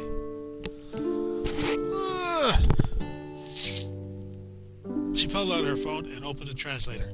After typing away at her phone, she hit the translate button and passed it over to me. Although online translators weren't helpful, I knew they wouldn't be perfect. Oh, were helpful. Did something bad happen? I nodded upon reading the question and pressed the speaker button, deciding it would be faster to talk into the translator than type it all out. I made sure to keep my sentences short and easy to understand. I messed up the date format in the lab. Hendrik now has to fix it. Now I feel like a terrible archaeologist. You're not wrong, you just started. Are you new to archaeology? My mind fumbled over the slightly off translation. Did you mean I was correct in being terrible, or did it turn terrible into wrong? Her fair expression conveyed the latter, and I smiled. Please do not give up and be sad. When I see you dig, you're happy, and I want you to continue enjoying. If you like what you do, you should never stop because of errors. You learn a lot. It was then I remembered how Joan failed her music theory class last month, and that she would retake the class in this fall. Ah, right. You're not giving up your music. I shouldn't give up either. When Joan heard music, realizing I brought up a sensitive topic. I reached out and patted her on the shoulder. Okay, so it was good that we didn't pretend to be her student. Because she was still, a little nervous about that. That's why she was nervous about playing for us. I will not fail this time. I'll pass the music theory. The teacher is such a meanie, but I will persevere.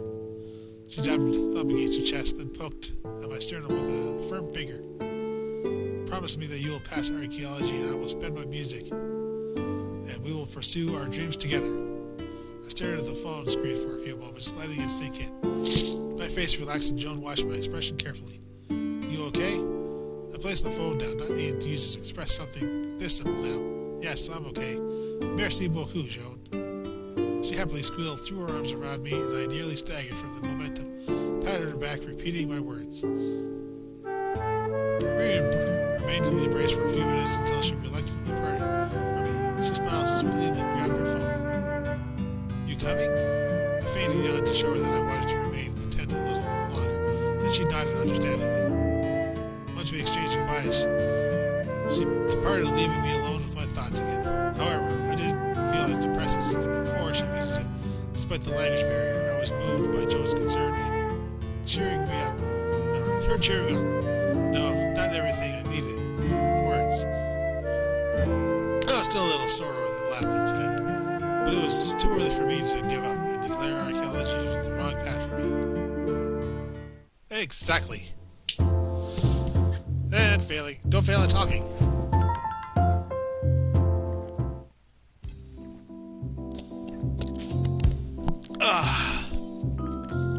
Here we go. What are we doing? Alright, s'mores. I laid with some more ingredients and then handed Chantal and Joan a carved stick each. Chantal reached into the bag and pulled out a jumbo-sized marshmallow. So we roast these? Yep. Place it on the stick and roast them until they're golden brown. Don't stick it straight into the fire unless you want to char. It doesn't taste good, trust me. While the two roasted them, I broke up the chocolate into smaller pieces. I popped one into my mouth for strict taste-tasting purposes. Don't stick it straight into the fire unless... Oh, okay. Belgian chocolate really is the best. Joan removed the stick from her fire, her marshmallow engulfed in flames. That was too long, Joan. Chantal blurted something in French, and Joan shook the stick in an attempt to extinguish the flames. Wait, don't flame! Don't, or it'll flame! Marshmallow went fire. Who did it hit? Joan peeked around the corner of the building, then grimaced. Tyler! Oh, him. Yeah, whatever. He's fine. Quick, let's hide before he finds out it was... Eep. Oh, we'll try again. Morning already. Thanks to Joan, I felt better today. You can do it, Mel. Just treat it like a fresh start. If I quit after every hiccup, I wouldn't be able to... Or I wouldn't even be in dance competitions. This is no different. How do you keep failing at dancing? No, you're not supposed to fail. You're all inspired.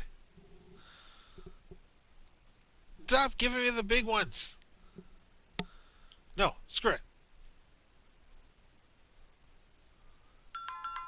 Yay. Damn it. Oh, cute. I alternated between emailing my parents and checking adorable bunny videos on my laptop. The shift had finished and people were dispersed around the museum as usual. Hedrick and DeAndre piled the trays to return to the storage closet for another day. While they did, I could hear them chit-chatting in French. I logged off and stretched one arm. I casually twirled the chair around to face the others. DeAndre noticed while Hedrick disappeared down the hall momentarily. All up to date? Yeah, a friend fired off a quick response to my folks. They appreciate all of the pictures, but Dad's disappointed I haven't dug up a dinosaur yet. Well, that's a completely different field. Well, DeAndre,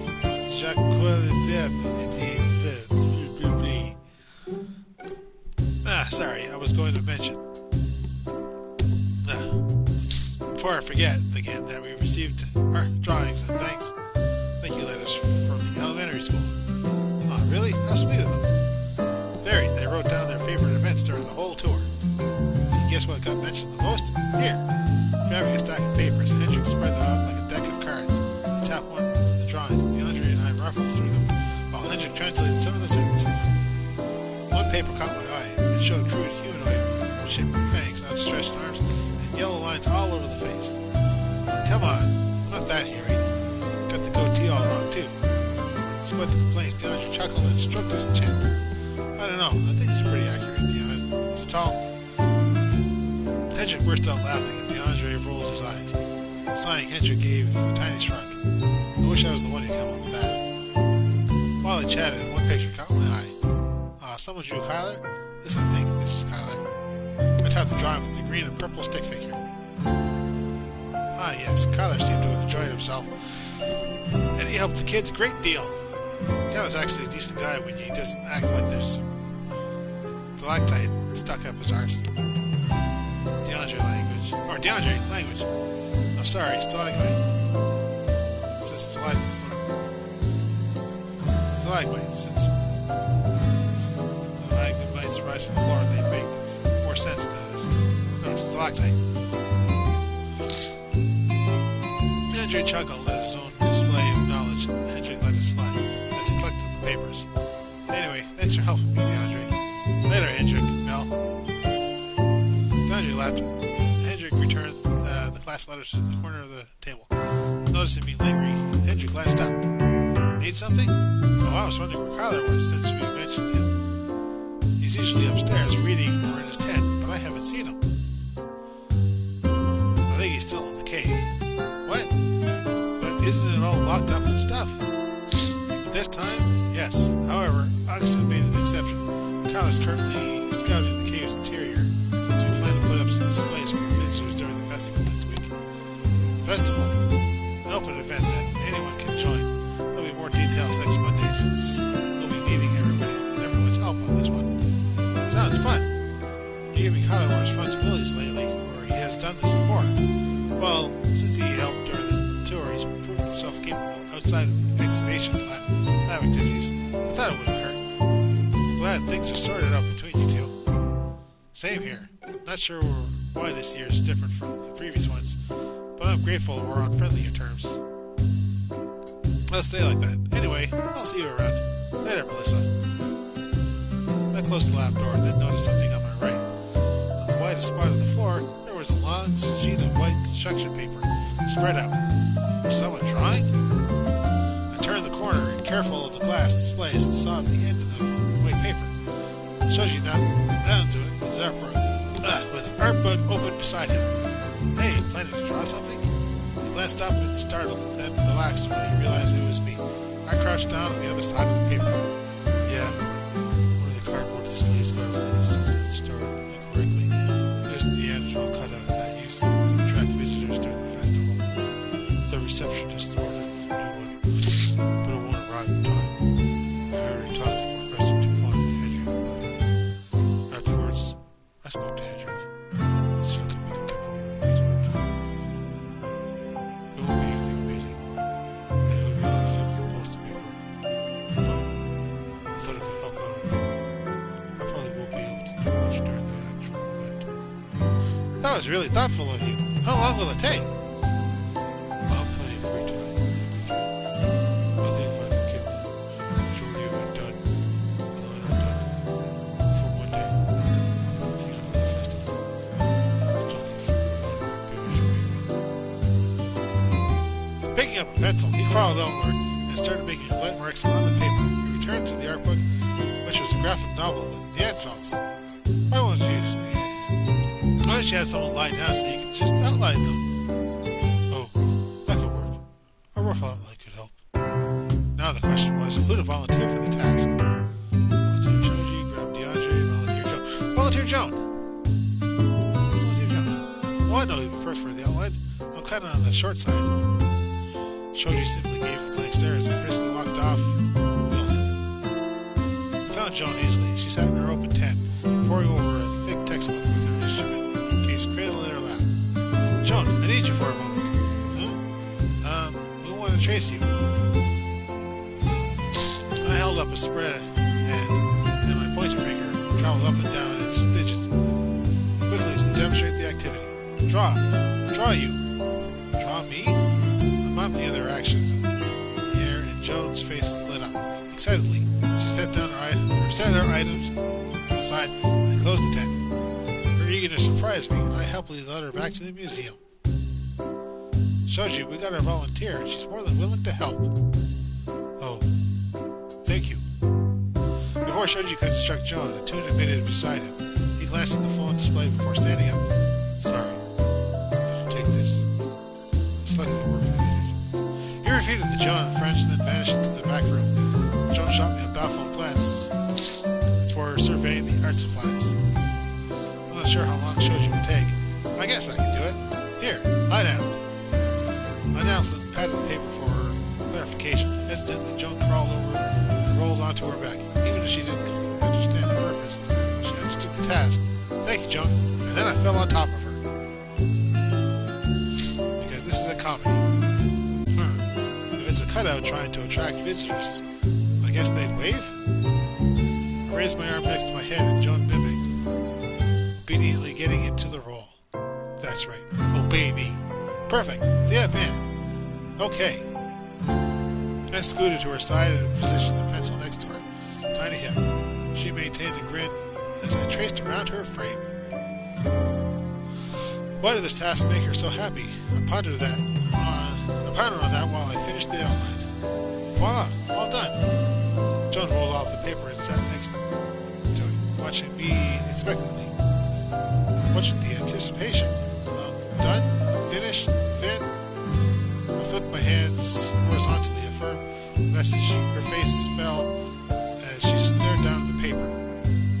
Fit? That's it? What's wrong? I thought you'd draw me. She tapped the center of the paper, and I realized she believed I would actually draw her. The disappointment on her face made me reconsider. Wanting to appease her, I pushed the outline out of the way and slid another large sheet of paper between us.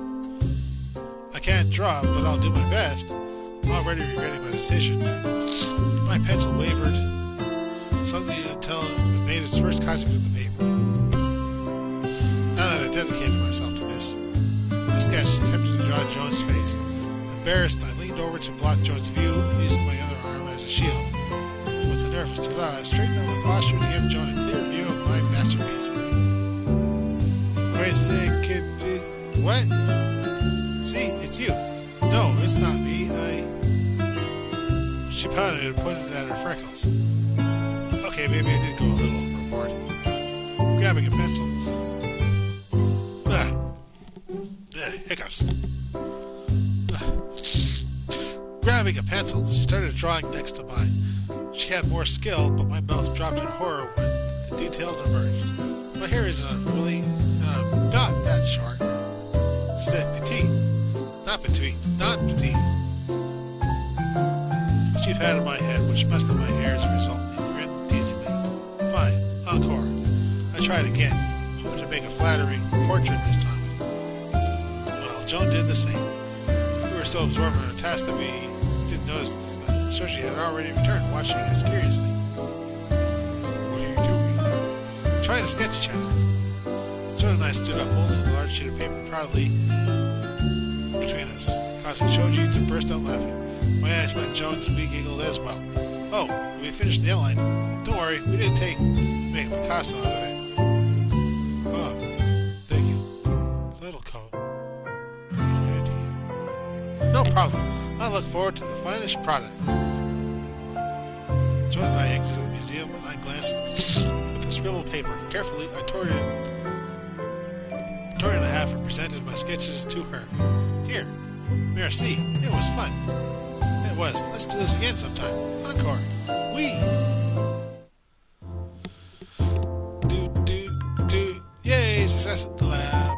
You have 4 more objects to clean up. Good job. 9. Cloth. And brush. Damn it.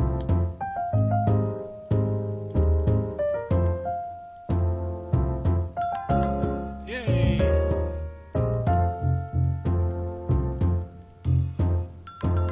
Yay.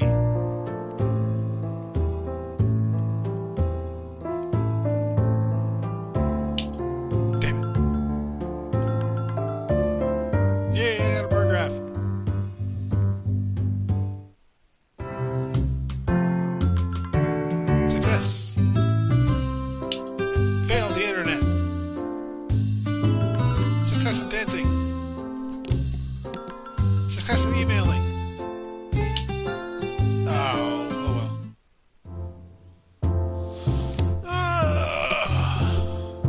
Wow, I'm getting a lot of empathy and diligence. Ooh, my stress is down too.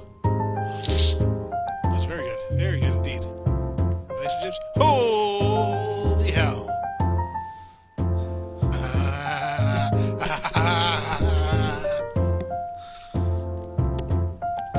Oh, I didn't know we could go beyond 5 stars or 5 hearts. Jesus, that was like in a week. It's like what? So we're at what? 1, 2, 3, 4, 5, 6. Almost 7 hearts. Almost 7 hearts. That's good. That's good. Let's just save the game. We're not gonna finish. We're gonna keep going. I just want to save because I haven't saved since like, week 3 maybe? Stats. Let's go, week 7. Ugh. We have 5 more options. 5? Jeez, I just finished 4. Alright. Damn it.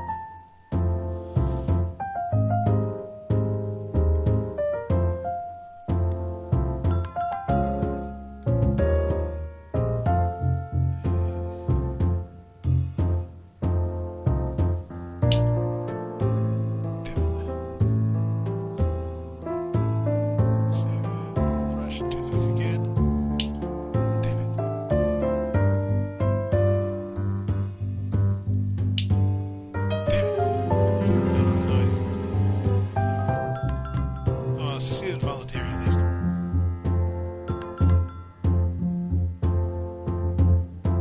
Don't, no. Is this like the same one? No, screw it. Fail the socialization. Yay, succeeded at the end of that though. They're already on Tuesday? Or the weekend? Didn't I spend the weekend at Joan? This was done entirely in colored pencil? You're really slow at this. Angela's over the finished cutout on the table. Soji had recently put the finishing touches on it and declared it complete. Oh, thank you. I kept it with the minimal list inside. I should work for it tomorrow. Hey, I helped. And Joan, she helped too. Not bad. Not bad at all. Hey, since you're good at artsy stuff, would you be up for overseeing the face painting station tomorrow? Yeah, face painting. Or would it be too different from what you're used to? No, I've used paints before. Soji flashed me a save me expression and I stepped in. Something to think about at least, Soji. I don't think she's expecting an answer right away. Rosemary faltered slightly. I knew she was the type who likes snap decisions. However, she turned to Hendrik, who nodded respectfully. It's no problem. The chores won't be officially assigned until tomorrow morning anyway. Hendrik thanked Soji once again, and the two of us went outside. Should I? The face meeting? I think you can do it. Think so? It's all for what? It's all one-on-one, and I'm sure it'll mostly be kids wanting a flower or a butterfly on their cheek. Just ask a question like who their favorite superhero is, and they'll go on while you focus on face painting. I see. Like, what's your favorite bucket? Oh, I love the cake-shaped one. I keep forgetting its real name because I always call it Bunt. I stopped when I realized it was a real question and he laughed. Or wasn't a real question. Did you put it that way? I'll definitely consider it. Before we can focus on it further, his cell phone rang and I grinned, recognizing the video game theme. Muttering a quick apology, Shoji walked a few paces away, then pulled out his phone. He glanced at the phone display quizzically and hit the receive button. Hello? Oui? C'est Shoji? Oui? Well, yeah. It's the hospital? I froze at the word hospital, and Shoji's voice lowered at a frightened whisper. I knew it was polite to eavesdrop, but I didn't want to leave him with upsetting news being delivered. I worriedly took a step forward, waiting until Shoji hung up. When the call ended, Shoji turned around, looking pallid. Shoji, what was that about? You mentioned the hospital. He took a deep breath, struggling to ease his nerves and remain calm. One of the employees found a woman unconscious at the bottom of the stairs. He called an ambulance right away. He isn't sure how severe it is, but we don't know the details. Let's get you to the hospital first. When does the train arrive? Shoji frantically punched numbers into his phone. I'll have to take a taxi. The town was tiny, and I doubted a taxi would arrive quickly. Man, let's see if we can get someone to drive you. What? Something going on? DeAndre glanced at Shoji's concerned reflection of his face. Kyler was not far behind. Shoji's mother is in the hospital. What? Is she okay? Although DeAndre's consideration was genuine, Shoji had a hard time coping with the crowd and struggled to speak. Kyler pulled on DeAndre's arm. He needs space. Yeah, Kyler finished his sentence in French, and DeAndre glared momentarily before nodding in understanding. Well, we'll inform Hendrik and Dupont. He shoved violently, and I had no idea what to say to help calm him down. It's my fault. I shouldn't have returned here. It's because I'm not tending to that store then. It's not your fault. Don't blame yourself. I heard someone approaching and turned to see Hendrik, who was already holding a set of keys. I heard what happened. Shoji, do you want me to drive you to the hospital? It's all the way in Liege. I can't oppose. This is family emergency, and a taxi or a train will take too long. Don't think of this as a burden. It's important to have family. Hendrik. Thank you. You can thank me once I drop you off. Let's go. Hang in there. I'm sure she's all right. I hope so too. Once Hendrik's truck pulled out of the driveway, Kyler and DeAndre approached me. What happened exactly? I summarized what little I knew, and the two exchanged solemn looks. Bummer. Hopefully it's nothing serious. Depends on the fall. If she was unconscious, a concussion will be likely. I've seen enough of those. That might be bad then. I don't want to think of worst-case scenarios already. Alyssa's right. If it's too early to speculate when we don't have enough information. Yeah, at least we'll be able to know what's going on. Thanks to Hendrik. Do any of us have Shoji's number? I have Shoji's email. I'll message him tonight. Sounds good. Please let me know if he responds. It wasn't until dinner time that Hendrik returned. I rushed over to him, and he gave me a reassuring smile. Is everything okay? I just dropped Shoji off at the hospital. I gave him my number in case he needs me to pick him up. Yeah, it's understandable. Thanks, Hendrik, for jumping in like that. I couldn't let him wait around for the train or a taxi. It was the least I could do. Now go eat. It won't do anyone any good if you don't take care of yourself as well. Dinner was a blur, although I explained the situation to Chantel and Joan when they asked about Shoji's absence. When it was over, I passed the time playing video games in my tent. Melissa, are you in there? I'm here. I hastily opened the flap and eagerly looked up at Kyler. Is his mom okay? Yes, she's fine.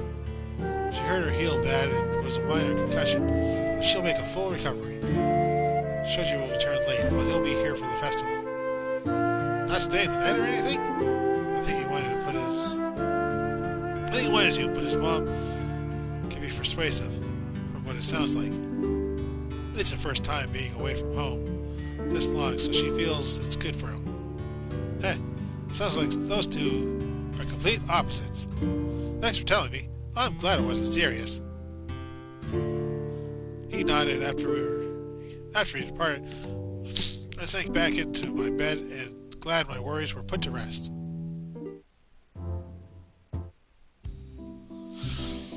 I held back a yawn, rocking on my heels. It was early morning, and all of the students gathered around Augustine, who was briefing them on the duties. One by one, the students nodded or asked questions, When the instructions finished, everyone scurried off to their assignments. Kyler was kind enough to summarize this speech for me. And then there's a group that'll need to organize the utensils. Got it. I'll see what I can do to help out. I've never attended an archaeology-themed festival before. He quickly glanced to the side to give my cue. Let's have fun and let's make a party. Huh? Let's make party. What did Melissa bribe you with? She owes me a beer. I did it because she asked nicely. She's taking advantage of your good nature, mate. Eyes are watering.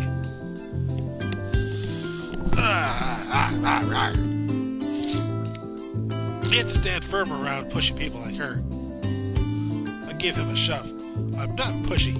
See what I mean? What are we all loitering here for? Did we forget our duties? Not me. I'll be helping with the food preparations. I was translating the lectures for Melissa. I'll leave for the cave now. I was going to ask for all the supplies for the freeze painting car. That's why I'm here. I'm in the lab and ready for you. What will you be doing, Hendrik? Once I finish labeling all the rocks on the display I created upstairs, I'll be overseeing things. And yourself? Me? Where is she? Zerial. Join Joan and Chantel preparing the utensils. I spotted Chantel and Joan and Chantel carrying trays filled with rattling utensils in the outdoor kitchen. I'll go get the cutlery organized. Wait a minute. Are the women in the kitchen? Are the women the only ones working the kitchen? What the hell? What is this?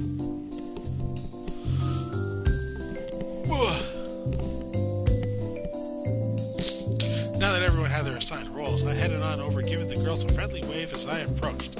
I glanced at all the silverware, forks, knives, spoons among the stocks of red napkins. It reminded me of the utensils my family used at Christmas, a little more formal than the flimsy cheap ones. I guess it's as fancy as an archaeology dig can get. There are brown pieces of string too, I guess. We're supposed to tie them up. What were the instructions? Wrap the utensils and napkins and place them back in the box to serve at lunchtime. Joan placed the utensils on one of the napkins.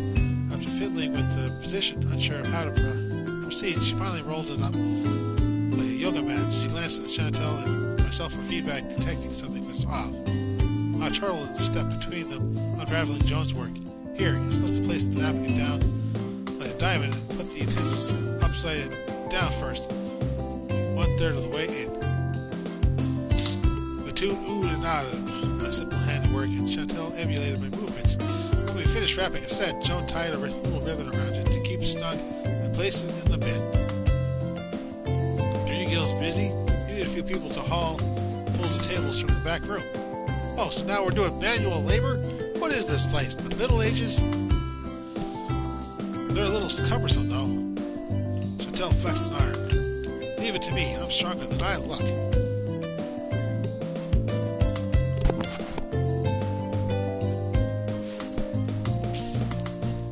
Oh, yeah.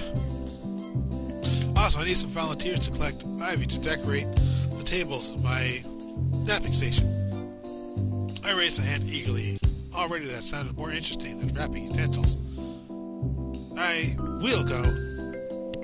I nudged Joan, who turned to Chantel for translation guidance. While Chantel explained, I gestured to the cutlery. Rosemary, what about the napkins and utensils? Will you be doing them instead? Me? I already have my hands full, making sure people are doing their jobs. But you don't speak French. How are you even... time for Hendrix. Time to ask Hendrik something good. Or time to ask Hendrik something. Good luck with the cooks and the ivy. There's some behind the outdoor kitchen to start. Yeah, I better not be capable of carrying the tables alone. Chantel chased. Joan and I exchanged an amusing smile before I pointed the direction Rosemary recommended. Shall we go? Okay. We hiked through the woods, branching off from the main path and ascended on a gentle slope. I spotted ivy surrounding the trunks of various trees, with stray vines snaking upward. I tore off one plant and wrapped it around my arm like twine, and Joan did the same. We separated slowly as we took meandering steps, our eyes scanning the ground for more ivy. A loud rustle caused me to stiffen, and I glanced around apprehensively. Did you hear something? Joan tilted her head in bafflement, and I waved a dismissive hand, wondering if it was my imagination. Never mind. There are no bears in Belgium, right? I should have asked. I barely finished the thought when I heard a twig snap, alerting me. I rolled around to see a dark shape looming above the bushes, not far from Joan. In my panic, all I knew was something tall and huge. Get her attention. Protect Joan! Protect Joan! It's our turn to protect her now. Yay! We got a Festival Joan trophy. Because we're protecting her. She spent her life protecting us. Well, not really her life, but the past few weeks protecting us. It's our turn now. Protect her from the rabbit. Dropping the ivy, I leapt in front of Joan, holding out an arm to shield her from any danger. So stay back. I glared at whatever's in front of me, doing my best to ignore the palpitations in my chest and the quiver in my voice. I had no time to gauge Joan's reaction, but I hoped she was all right. Quay? Huh? Augustine poked his head around the object, then propped it against the tree. Upon closer inspection, it was a cutout of a cave bear, painted entirely black. Looking around me, I noticed there was additional animal cutouts, positioned close to the main path. A giant elk, a crouching lion, a hidden deer. I immediately dropped the protective stance and shuffled closer to Joan, embarrassed by my reaction. I did not need to scalp you, petite fleur. I wasn't scared, just jumpy. Decorating the route? Yes, I was to show what animals could have reached Belgium so 1,000 or 30,000 years ago. Rest assured the lions were best out today. Okay, my mind didn't think of bears since there were black bears back home. Let's get this ivy to Rosemary, Joan. I held up the plants and Joan gave me a small nod. I gave Augustine a quick goodbye before departing. Glancing back, I saw Joan grinning ear to ear, like she knew something I didn't. I could tell she was suppressing her laughter. I wasn't scared. You thought it was real bear. You jump in. She mimicked my stance from earlier, complete with a closed fist and one arm shielding an invisible person. I was only thinking of your safety. Before I could stomp off, Joan clasped my hand set between hers. No, listen. You thought there was a bear. You protect me. I am happy. You are very sweet. Yes, I am. Of course, I protect you. You're... I trailed off, and we both glanced at our hands. Joan hesitantly let go, averting her eyes apologetically. Smiling, I held her hand again and gently tugged her toward me. Let's go. You're back. What took you so long? I was repaying Joan for her kindness. Really? I feel something else has been taking root beside the ivy. Did something happen during the walk? Nothing happened. Joan, don't tell him. I gave her a hand a squeeze and put a finger to my lips to get the point across. No, but bear? You bared what to Joan? Did you bare your soul? Or maybe something more? Not that kind of bear. The two teased us relentlessly until we heard Augustine scolding a few idling gossipers by the main entrance. Taking the hand, Rosemary reached for the ivy. We better keep busy. You three can return to prepare the utensils for our guests. No one did that while we were out. You three can return to prepare... Oh, okay. At least we weren't scrambling for something else to do now. Festival time. Where should I go? Check out Rosemary, Flint Epping, see what Kyler and Dundry up to, enter the museum, stop by the space station.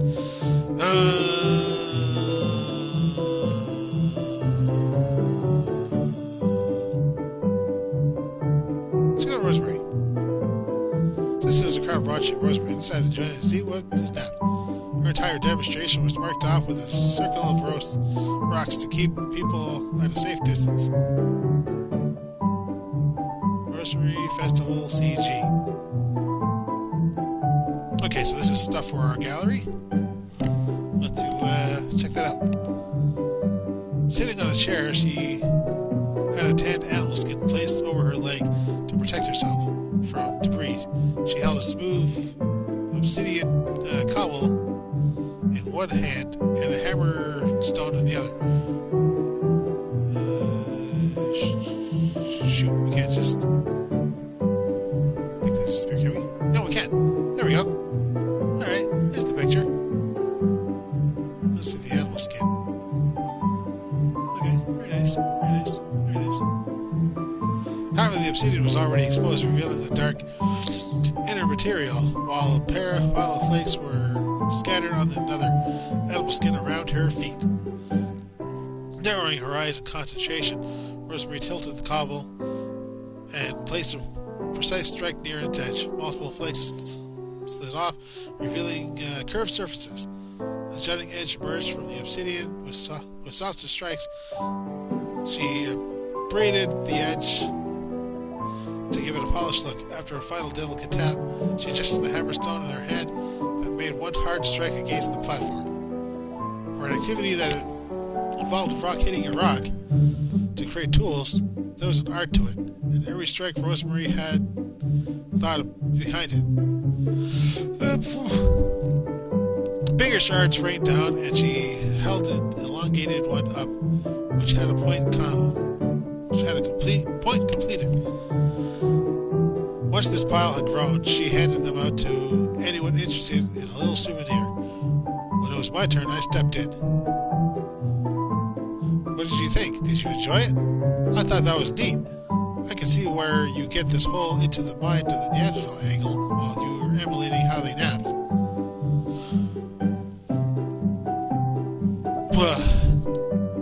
Sorry, I felt a little something coming up. Little belch, there you go. Just, yeah. Let's see. It is neat. I believe Neanderthals had high spatial or organizational skills. She extended her hand and dropped a flake to my outstretched palm. I can always retouch it to something nicer later. Keep it safe and don't do anything mischievous like planting it into your square or someone else's. That sounds like it's been done before. Perhaps. Thanks again, Rosemary. Much I left to avoid holding up the line. I glanced back down at the obsidian flake, smiling. It really did make a lovely souvenir. God, these things really are sharp. The rest of the day whizzed by due to the constant hustle and bustle. While guests left, Hendrik asked if I wanted to help take down the extra lights and decorations in the cave. I said, nope. Together with Rosemary and Kyler, we successfully stockpiled the cutouts and wrapped up the string lights. Is that everything? Seems so. Thanks for helping out. Switching the lights off now. I watched Hendrik as he flicked off multiple switches, and the wet screen causing the cave to grow dimmer and dimmer until it's completely black. Can you imagine being a Neanderthal walking into a cave for the first time? What thoughts they had as they took their first steps inside? These rock formations are pretty cool. Ah, no! Hendrik, you have no imagination. Melissa, what do you think? Me? I squinted my eyes and stared into the abyss. Well, the abyss is staring back. Remember, when you stare into the abyss, don't blink. And it's dark and scary. It has some fascinating rocks. Perfect shelter. Yeah, perfect shelter. Caves were always a shelter, right? So a place to stay out of the rain, cook meat, and hoard supplies. They were not hoarders. Neanderthals had high spatial skills and kept their living quarters organized. Not the site in Grotto Brule. Most then, I mean, look at us. Look at us. We're capable of organization, but there's always the odd exception, like someone who leaves his clothes draped over chairs. But I digress. I like to think caves were more than just shelters. Like a starless night. Oh, you look like you have something to say. He hastily glanced at the floor, carefully considering his answer. Well, if a Neanderthal entered a cave for the first time, they noticed how muted their surroundings would become, save for footsteps and maybe the dripping of water. Without fire, it'd be like witnessing a starless sky. They'd see that the climate inside was stable and their torches lit, or torches' light wouldn't reach some of the higher ceilings. They'd have to gauge the size with more than just their eyes. They'd be entering a completely different environment. Maybe that's why their paintings were drawn so deep into the caves. It was like a spiritual place for them. The reflective moment was broken by Rosemary's hearty laughter and a slap to Kyler's soldier, causing him to flinch. You seriously thought of this before. I see. I see. Oh, you seriously thought of this before? See, this is what I meant.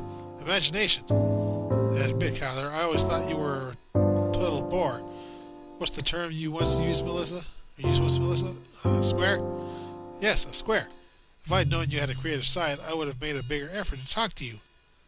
Come, let's chat about Neanderthals over some drinks. I'd love to hear more about it. Rosemary linked arms with Kyler and stepped toward the exit. He flashed to Hendrik a frantic save me look. Hendrik noticed and raised a hand as if to halt Rosemary. Have fun. He wiggles his fingers goodbye. Kyler's mouth dropped, shocked at Hendrik's total lack of effort while Rosemary dragged him outside. Will he be okay? He'll be fine. It'll be good for him. On second thought, I should keep an eye on them, knowing those. And I fail. Fail at the lab. 16. That's 8. Let's do craft stick and toothpick. Damn it. 16 again. Okay, fine. Cloth and toothpick. Yay! 18. Brush. Damn it. Too much force. 17. 9. Craft stick. Brush. Yay! 28. Wow. 9. That could be an 8. 17. Maybe. 23. Brush. It's too much force. Way too much force. Oh well. Yay! Yay! Success in socializing! No, I don't want to go to the cave. No, don't send me to the cave. No! No! It's 5 hits. Okay. Alright.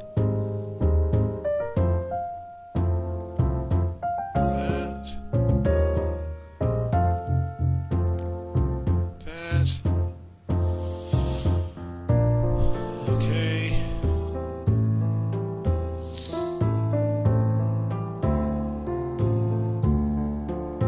Okay.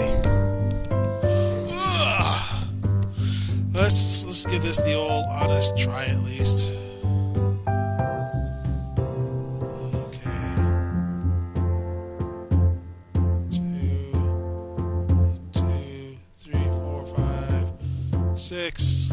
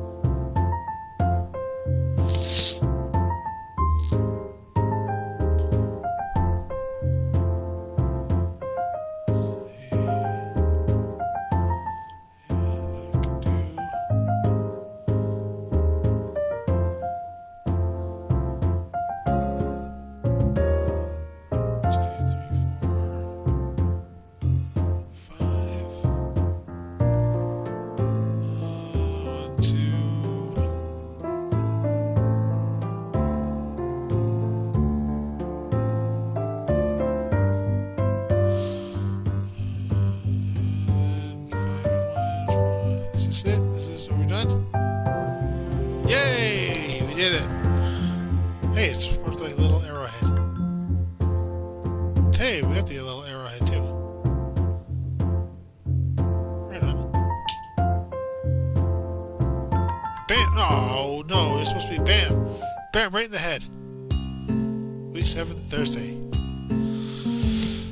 There you are! Were you looking for me? We were wondering. Go on, Joan. If you want to be with us this weekend. Yes! We have a plan. We're going to Joooooooooooooooan. You haven't been there, right? Nope. It's a lovely city. It has lots of historical sites. And of course, great places to shop and delicious food. What do you say? Yes! Yes, no, I don't have plans. I'm boring. I'm a square. So I'd love to. I'd love to see it. Great. We'll all go together.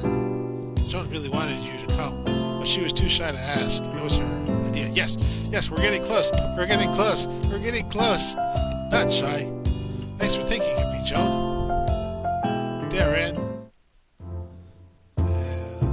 Lab. Success at the lab. 5. Jesus. 9. Cloth and toothpick. Yes, good. Not too distracted. Cloth and toothpick again. Damn it. Cloth, and brush. Damn it. No, whatever. There's nothing important anyway. Yay. 18. 6 cloth. Yes. Decent job. What do I get? Ruler? Yay. Socialize and internet. No, the computer broke. What's going on? Chantel's late. Joan gave me an apologetic look before returning to her cell phone, speaking in French again. She's stuck. After a sigh, she passed the phone, knowing it would be faster if I talked to her. Chantel? Sorry, Melissa. I had to drop my brother off at the major soccer tournament. The tournament got lost, and now... Stupid tourists, you don't cross here. Sorry, I didn't mean you. I meant... Stupid tourists, you think you own the sidewalks? Rant. I miss driving. Gotcha, you're running late. I wanted to drive us to Joooooooooooooan. Maybe you and Joan can go ahead on the train. If all goes well, I'll be there after you arrive. Joan knows the area. We plan to take you anyway. I glanced at Joan, who anxiously waited for an answer and probably for her phone back. No, let's go ahead. Yeah, we can do that. I'll see you later, Chantel. Have fun in Lamar. I'll definitely be there soon. Can I talk to Joan for a bit? Sure. Once Joan received her phone, they continued their conversation in French. A few minutes later, she ended the call, happy to be caught up with the plan. Let's just be you and me for a little while. Is that okay? Like, a date? Yes, a date. Reassured by my answer, she grabbed my hand and gave it a soft squeeze before pulling me toward the door. Super secret jury ending. Let's go. Okay, good. So it wasn't just like, hey, they're doing stuff, and now back to the week. It was hard to contain my excitement. Murrah was densely packed city, filled with little shops, restaurants, and windy streets. Whenever I felt like a lost sense of direction, I looked for the Citadel, which is a fortress that stood on a hill, making it impossible to miss. Joan took my hand and led me to the city square, which is surrounded by colorful buildings. Wait, wasn't Chantel supposed to be here by the time we got here? That lying bitch. There's also food vendor stands. One in particular had a very long line, or lineup. Whatever it had, it must have been delicious. Joan, what's that? I pointed to a curious display near a building at the edge of the square. There were 2 bronze statues of cartoony men, both with a snail. One was leashed while another was in a cage. From a comic, I think. The bird likes snails. I'm hungry. She peered at the food vendors, and I nodded in agreement. Sure, let's eat something. We've walked around a lot already. She simply smiled, responding to my light-hearted tone.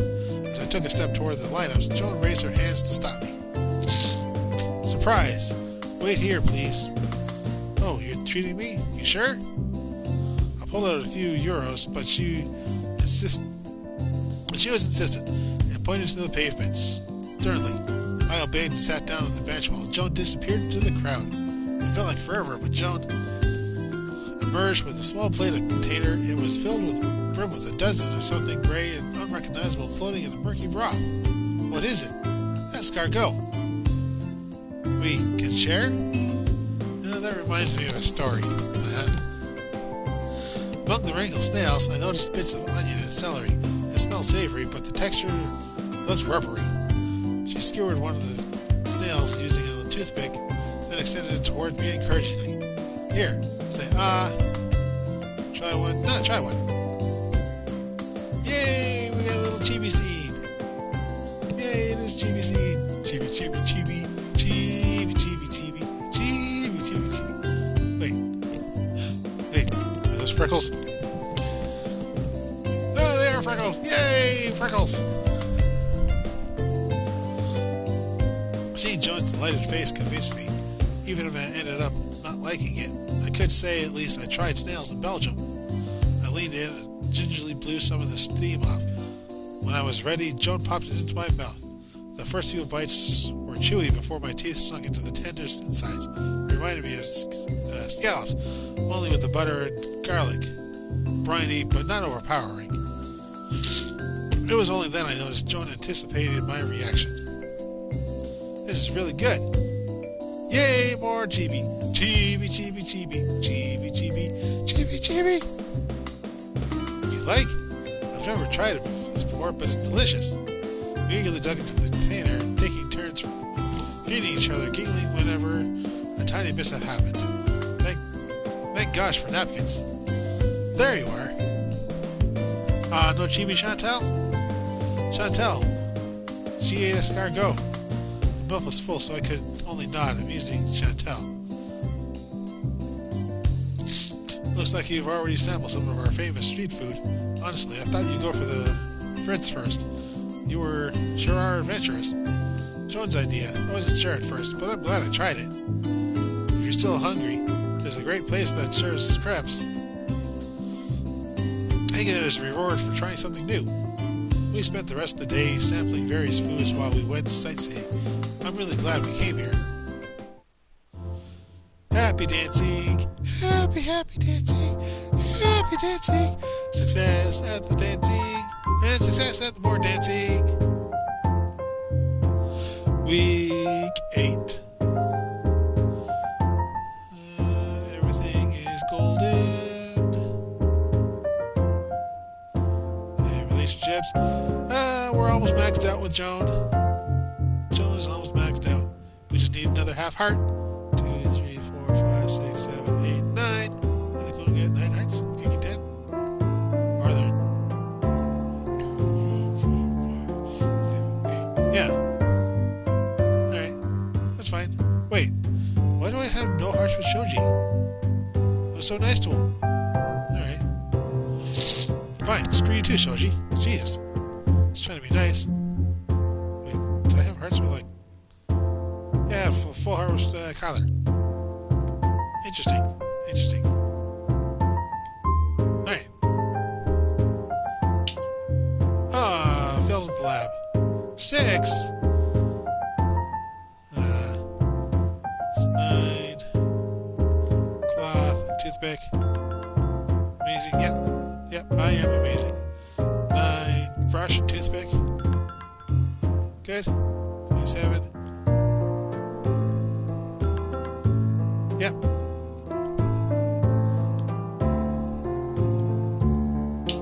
Damn it.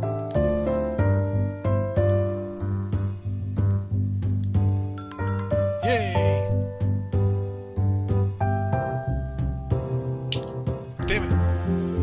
Oh, I still did an amazing job. Middle paleolithic. Chantal, Joan, and I sat together, chatting lightly while we cleaned the finds. The mood was more serious than usual. It was the final week. Ooh, final week? Or we could be finishing the game today. Let's see if we can do that.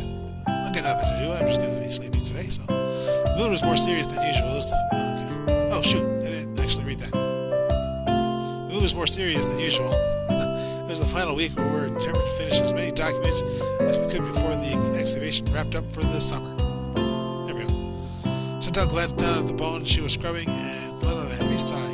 It's over, and yet more lab work has grown on me.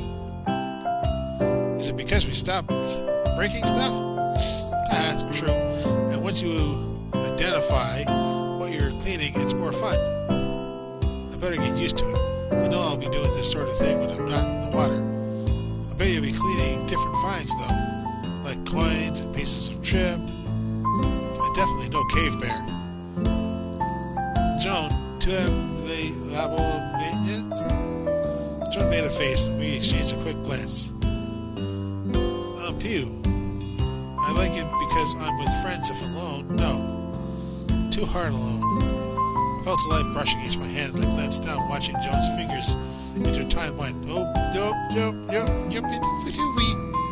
Her movements were hidden by the sieve placed in front of us, and I gave her a small squeeze back.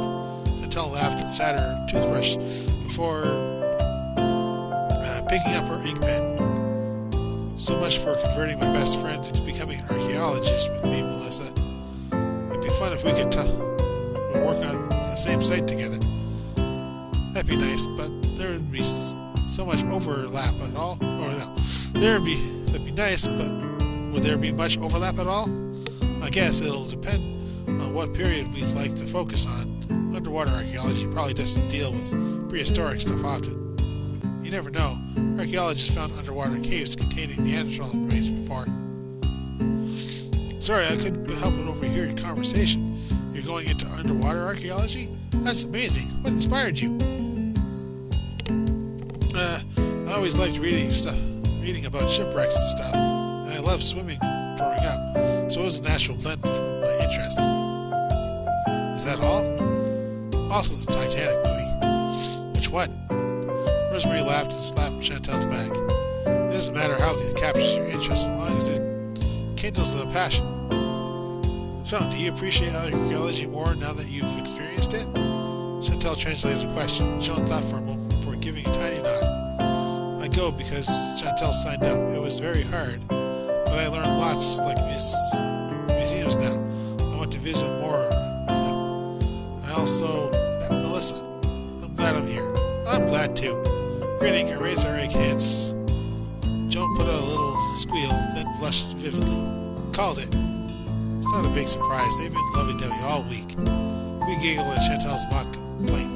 I leaned in and nudged Joan with my shoulder, our arms resting on the table between us. Oh, okay, so we're being open about it. That's nice. I can't blame them. Melissa's going back home soon. The lighthearted mood vanished and my stomach plunged at the thought. Joan squeezed my hand tightly, also feeling the same way, and I mustered a smile. I'll come back and see you again. But wait, they're looking for more roommates. Just move in with them. Really? Of course, you're my girlfriend. Yay! My cheeks grew warm right after that. Right after I said that, Joan grinned so brightly for the declaration that I felt giddy inside. They're serious about this. Good, because if you break Joan's heart, Melissa, I'll personally fly over to America myself and punch you in the stomach. I promise, it won't be like that. If you screw up, I punch you in the stomach. Okay? Chantal, what does that mean? It's like a good luck phrase. Break a leg. Really now. Thank you. Failing at volunteering because I'm focused on other stuff. But a success in the cave? Give me an easy one. Come on. Easy one. No! No. Skip. I don't care. Wait, no scene? Okay. Wow, stress is at 2. That's oh, okay, just got a little more stressful. Oh, there's no music? Brushing stuff off with a toothpick. But I failed. Ooh, 31. You know what, let's... Okay, 1 point. 17, 7, damn it, 5 points off. And a brush. Check. Red force. That's an 8. Craft stick and toothpick. By 1 point. And toothpick. Good. Amazing job. Upper Paleolithic. Socializing on Wednesday. We're just running through everything. Success at the cave. They're just going to throw me back here. Okay, they're giving me 5. Huh?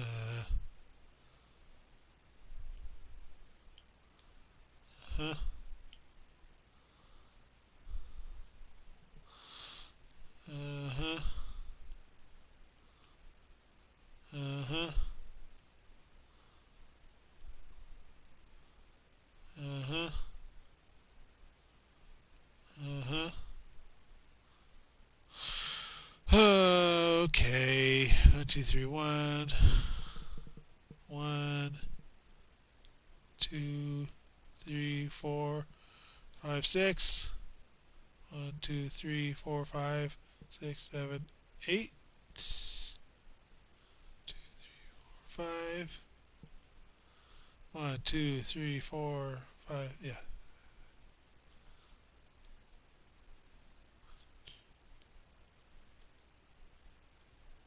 2, 3, 4, 5, 6, 7, 8. Yep. 7. 1, 2, 3, 4, 5, 6, 7. So it's 4. So this would be... No, because that would be the... Okay. 6. 1, 2, 5, 6. Then 5. 1, 2, 3, 4, 5. Then 5. 1, 2, 3, 4, 5. Then 3. I think we're done. I think we got it. Nope.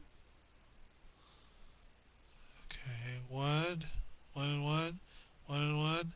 1 and 1. 3 and 1. 8, 9, 8, 7, 5. 3, 5, 5, 6, 6, 7, 2 and 4. Oh, this one.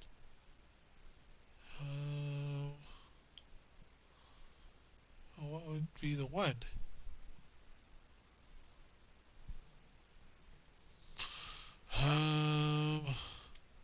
This one? No. No. No. Hey.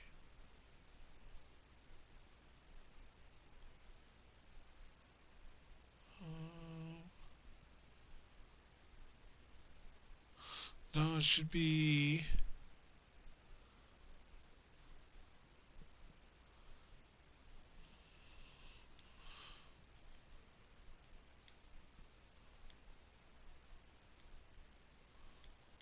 Wait a minute. 1, 2, 3, 4, 5, 6, 7, 8. Yeah.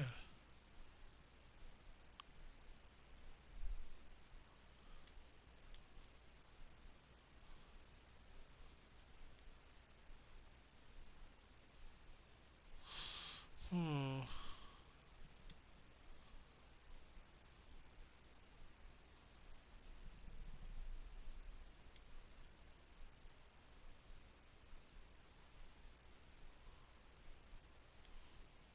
Skip. This is too confusing now. Study, catch. Ah, no. It's supposed to bonk him in the head. Man, we're just zooming by this week, aren't we? Ah, all right. Let's just finish destroying stuff. Okay. Force 18, 9, cloth, brush again. Okay, right on. Brush again. Right on. 16.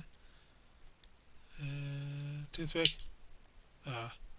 Too much. 23. Brush again. 4 points off. 26. Brush. Scratch sticks. Toothbrush. Yeah. Amazing job. Very nice. Now we're socializing on a Friday, and we fail. But we're going to do the internet, and we fail. Friday night. So that's it for the puzzles? I think so. This is like the last week. I sighed as I zipped up my rolling bag. The tent area was deserted. Everyone had either packed up and left or were in the process. At the main entrance, I could see Sherry and the excavation team thanking the students as they departed. Oh, okay, so, wait, what about the weekend? Do we have anything for the weekend? People were exchanging goodbyes along with hugs or adding phone numbers. Shoji stood by the side, quietly digging his toe into the gravel. Oh, it was nice meeting you, Soji. Same here. Good luck with your archaeology. Thanks. Enjoy the rest of your summer. I mustered my best smile and I waved him off. I barely finished when someone pounced on me. DeAndre clapped me on the shoulder, grinning widely. It was great meeting you, Belle. I hope you enjoyed Belgium, even if Corin's was only a small representation. I did. Thanks for making me feel welcome here, DeAndre. Now get the hell out of my life. You take care of yourself. You too. If you're ever in the area, let me know and we'll hang out again. He raised his phone as a friendly gesture, then left as well. Wait, did we ever get his number? Ah, well. Well, if fate wants us to get together, then I'll guess the number. When Carter saw me, he simply gave a nod of acknowledgement. Okay, right. There, went back again. Hey, thanks for helping me out and stuff. It wasn't a problem. Good luck with your archaeology endeavors. Heh, maybe we'll meet up again. Don't be a stranger now. Right. Take care. Chantel and Joan approached me, and I threw my arms around them both in a group hug. This is it. It was really nice meeting you, Melissa. Likewise. Thanks so much for letting me stay at the weekends with you, too. I had a blast. I'm glad we can make your first experience in Europe a great one. I promise to do the same if you two come over to America. Well, we definitely plan to. Right, Joan? Once he separated, I saw Joan nodding eagerly. We talked a lot about it.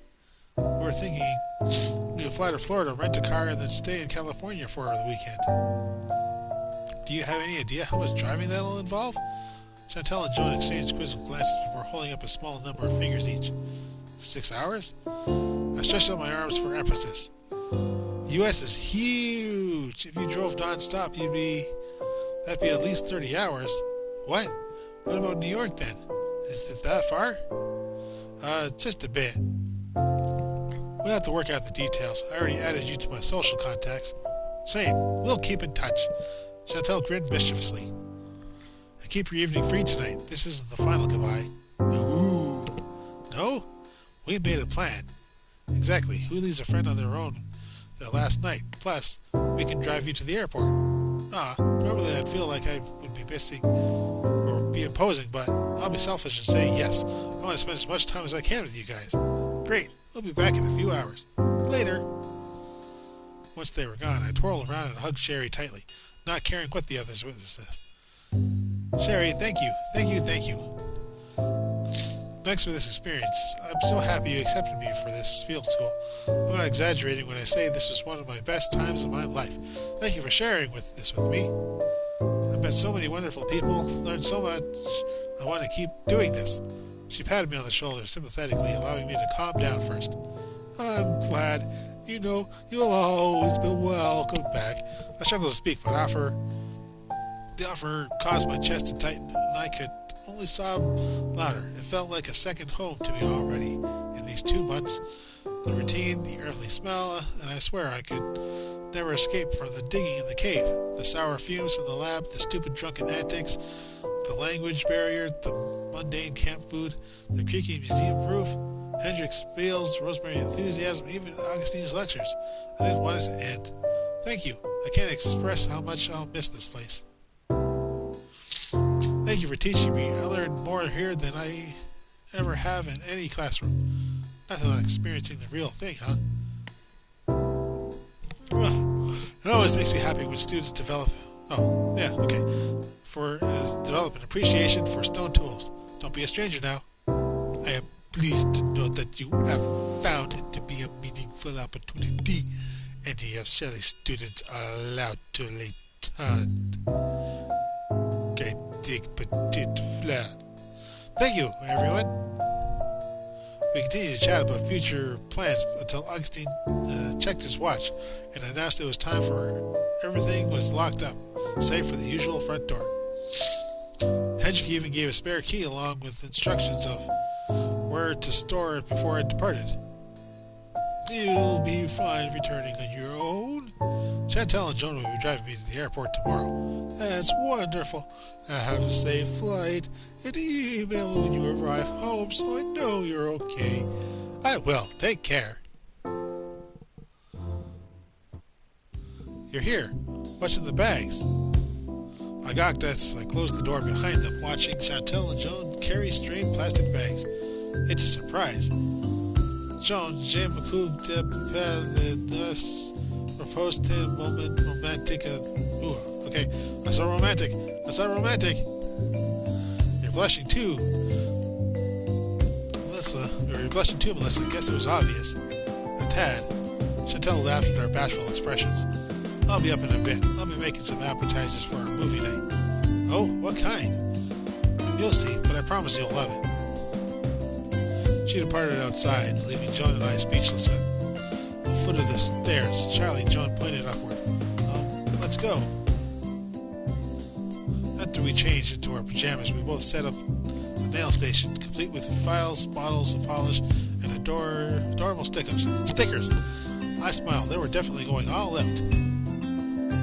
Joan gestured me to the chair, and I sat down, scooting closer to her. Our knees were nearly touching as she leaned up, her hand hovering over the bottles. Ah, super cute. Oh, style? Surprise me. Surprise? Up to you. I gestured to her, and after a moment's reflection, she gave a resolute nod, as if she had something in mind already. She picked a white polish with a pearl shine to it. I set my hand on the table. I admit this would be a nice indulgence. I didn't paint my nails, so I knew they would begin to get dirt under them anyway. Although Joan was confident with getting the base done, she slowed down with the pink polish. She made odd swirls on each nail and then bit her lip in disappointment before she used the white shade again to cover it up. Whenever she blushed, she'd sigh and attempt to fix it. I pretended to be oblivious and tried not to giggle at her efforts. She was genuinely trying her best. What was she attempting to create anyway? What design? Wait, pink hoops? It's the logo for my sweatshirt. Huh? Elated, I used the other hand. Nails now dry, to tap where the Lindy Hopper words would be if I wore it. It's a Lindy Hopper design, isn't it? Recognizing the term, she eagerly nodded. Although I could tell she was still crestfallen over her rudimentary work. Yay! Chibi picture! Chibi nails! I spread my fingers out and held them to show that I was admiring them.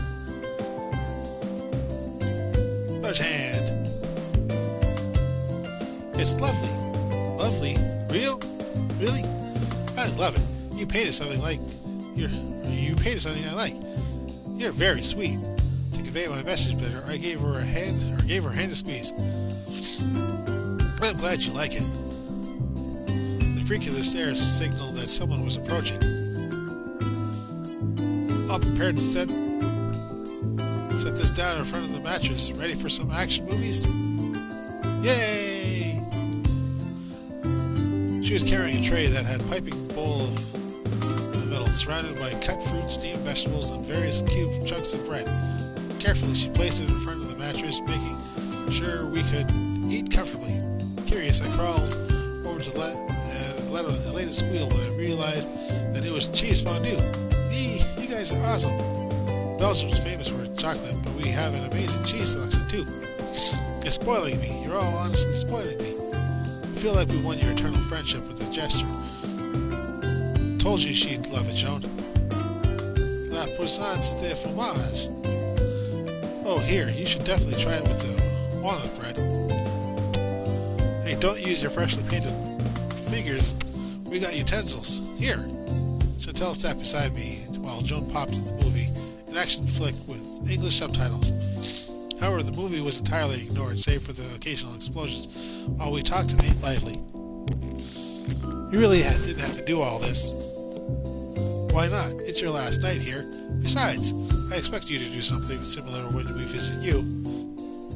I nearly choked on my parrot junk and hastily covered my mouth. You're serious about this? About visiting? Well, yeah. Sir and I did a lot of talking, and we both always wanted to travel, but couldn't. There's watering again. But in a degree where? Why not start somewhere we'd both love to go and with a friend to meet? Joan nibbled her broccoli pensively, attempting to follow the conversation the best she could between Chantel's translations. Can we visit you? Of course, I'd love to have you two over.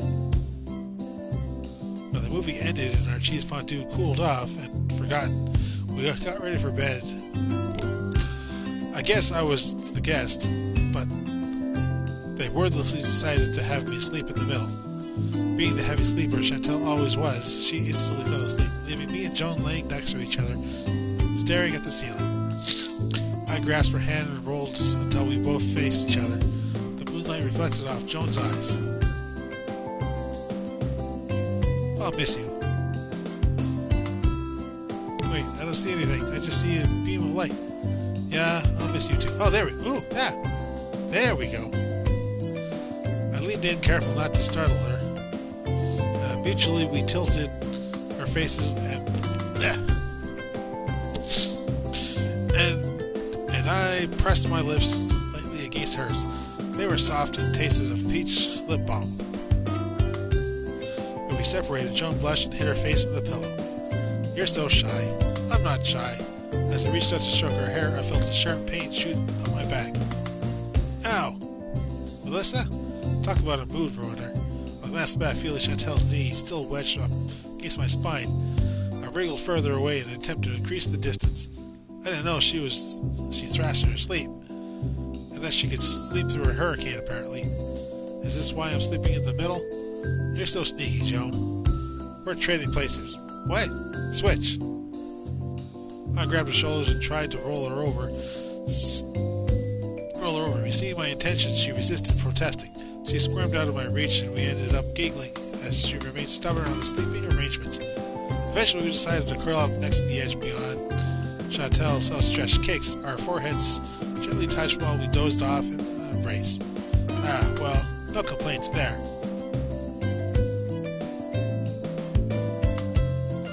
Yay! Da da da da da da da da da da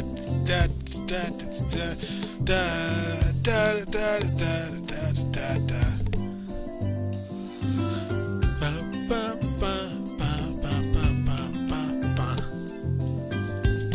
Wait, we never found out if we graduated. Did we graduate? I hope so. Da, da, da, da, da, da, da. But more importantly, we beat our first game here on Wally Weasel. Oh.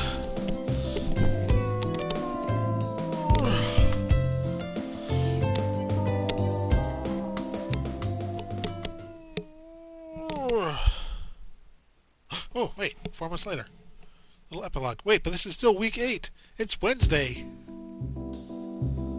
Oh, okay, so the room we saw was hers. And voila, this is my bedroom. I wildly gestured. Joan followed me through the entrance. Despite it being the holidays, I had no time to decorate it with fake plastic tree or even hang paper snowflakes next to the window. Oh, she's here for Christmas? Joan set her luggage down against the wall and gazed in awe. Hey, she's still wearing her same suit. What a cute room. I love the chandelier and the flower vase. She's like, oh, she's not going to recognize me. She's not going to know if I'm not wearing the same outfit. Although she was impressed with the interior decoration. Oh, I was more impressed with how fluent Joan's English had become over 4 months. We remained in constant contact and we practiced speaking through the video chats. My French remained abysmal, but at least all of my Spanish was coming back to me thanks to Chantal, and my parents were thrilled with my improvements. I still can't believe I'm here, even for winter. It's pretty warm.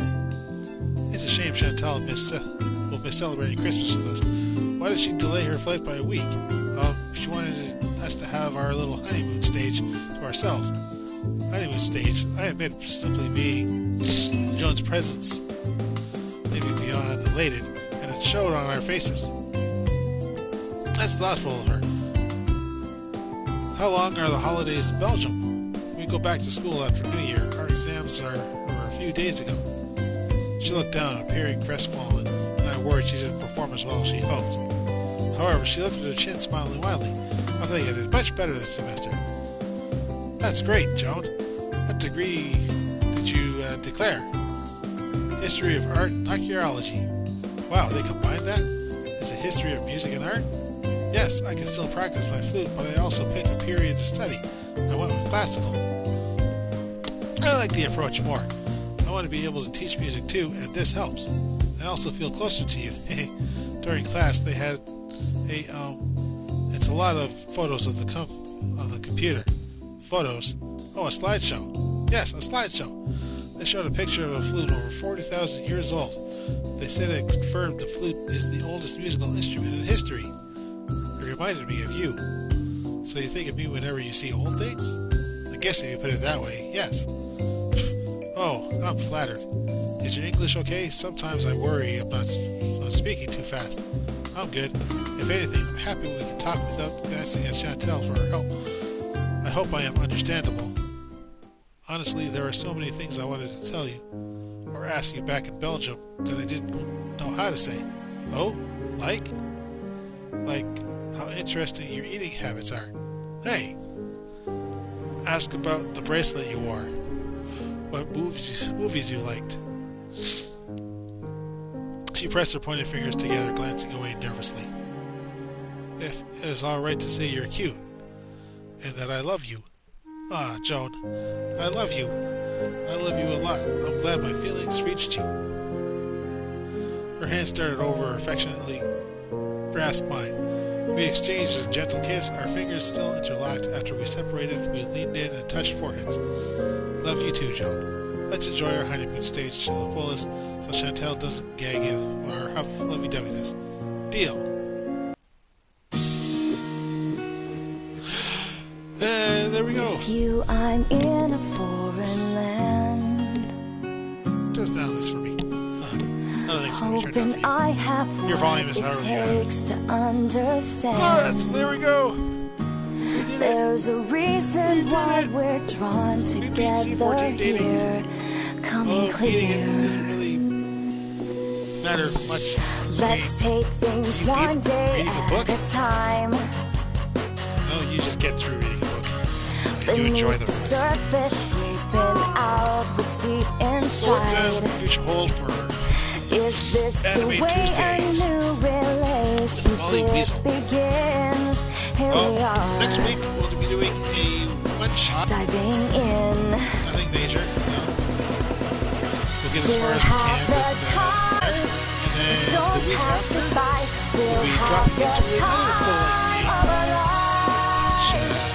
Just you and I, I'll look so forward to. far away from I don't want to make any promises right now, so that's what I'm saying. Hey, hopefully there's...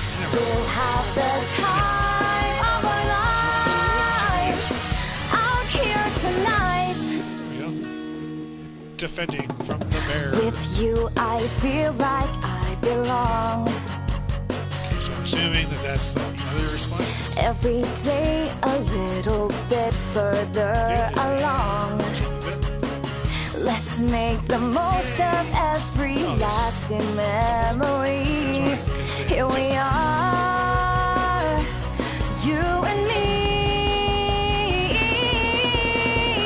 We'll have the time of our lives. Don't pass it by. We'll have the time of our lives. Just you and I. so DeAndre? far No. away Kyler? from Magic? No. home. Joan? Yay. Into Other? the great unknown. Oh, great. We'll have the time of our lives. We can make this last forever, because Yeah, it's look at the now journal. or never. Together it feels right. No! We didn't get all the journal stuff. We didn't get all the journal stuff. The time of our lives. Oh, well. Such is a shame. When the moment Here, let's week 7.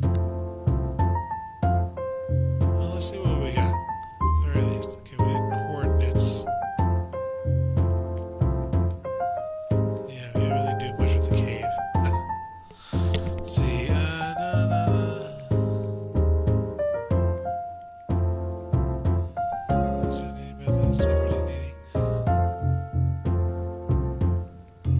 This seems pretty, so method that dates organic material reliably up to 50,000 years old. All living things absorb natural carbonate,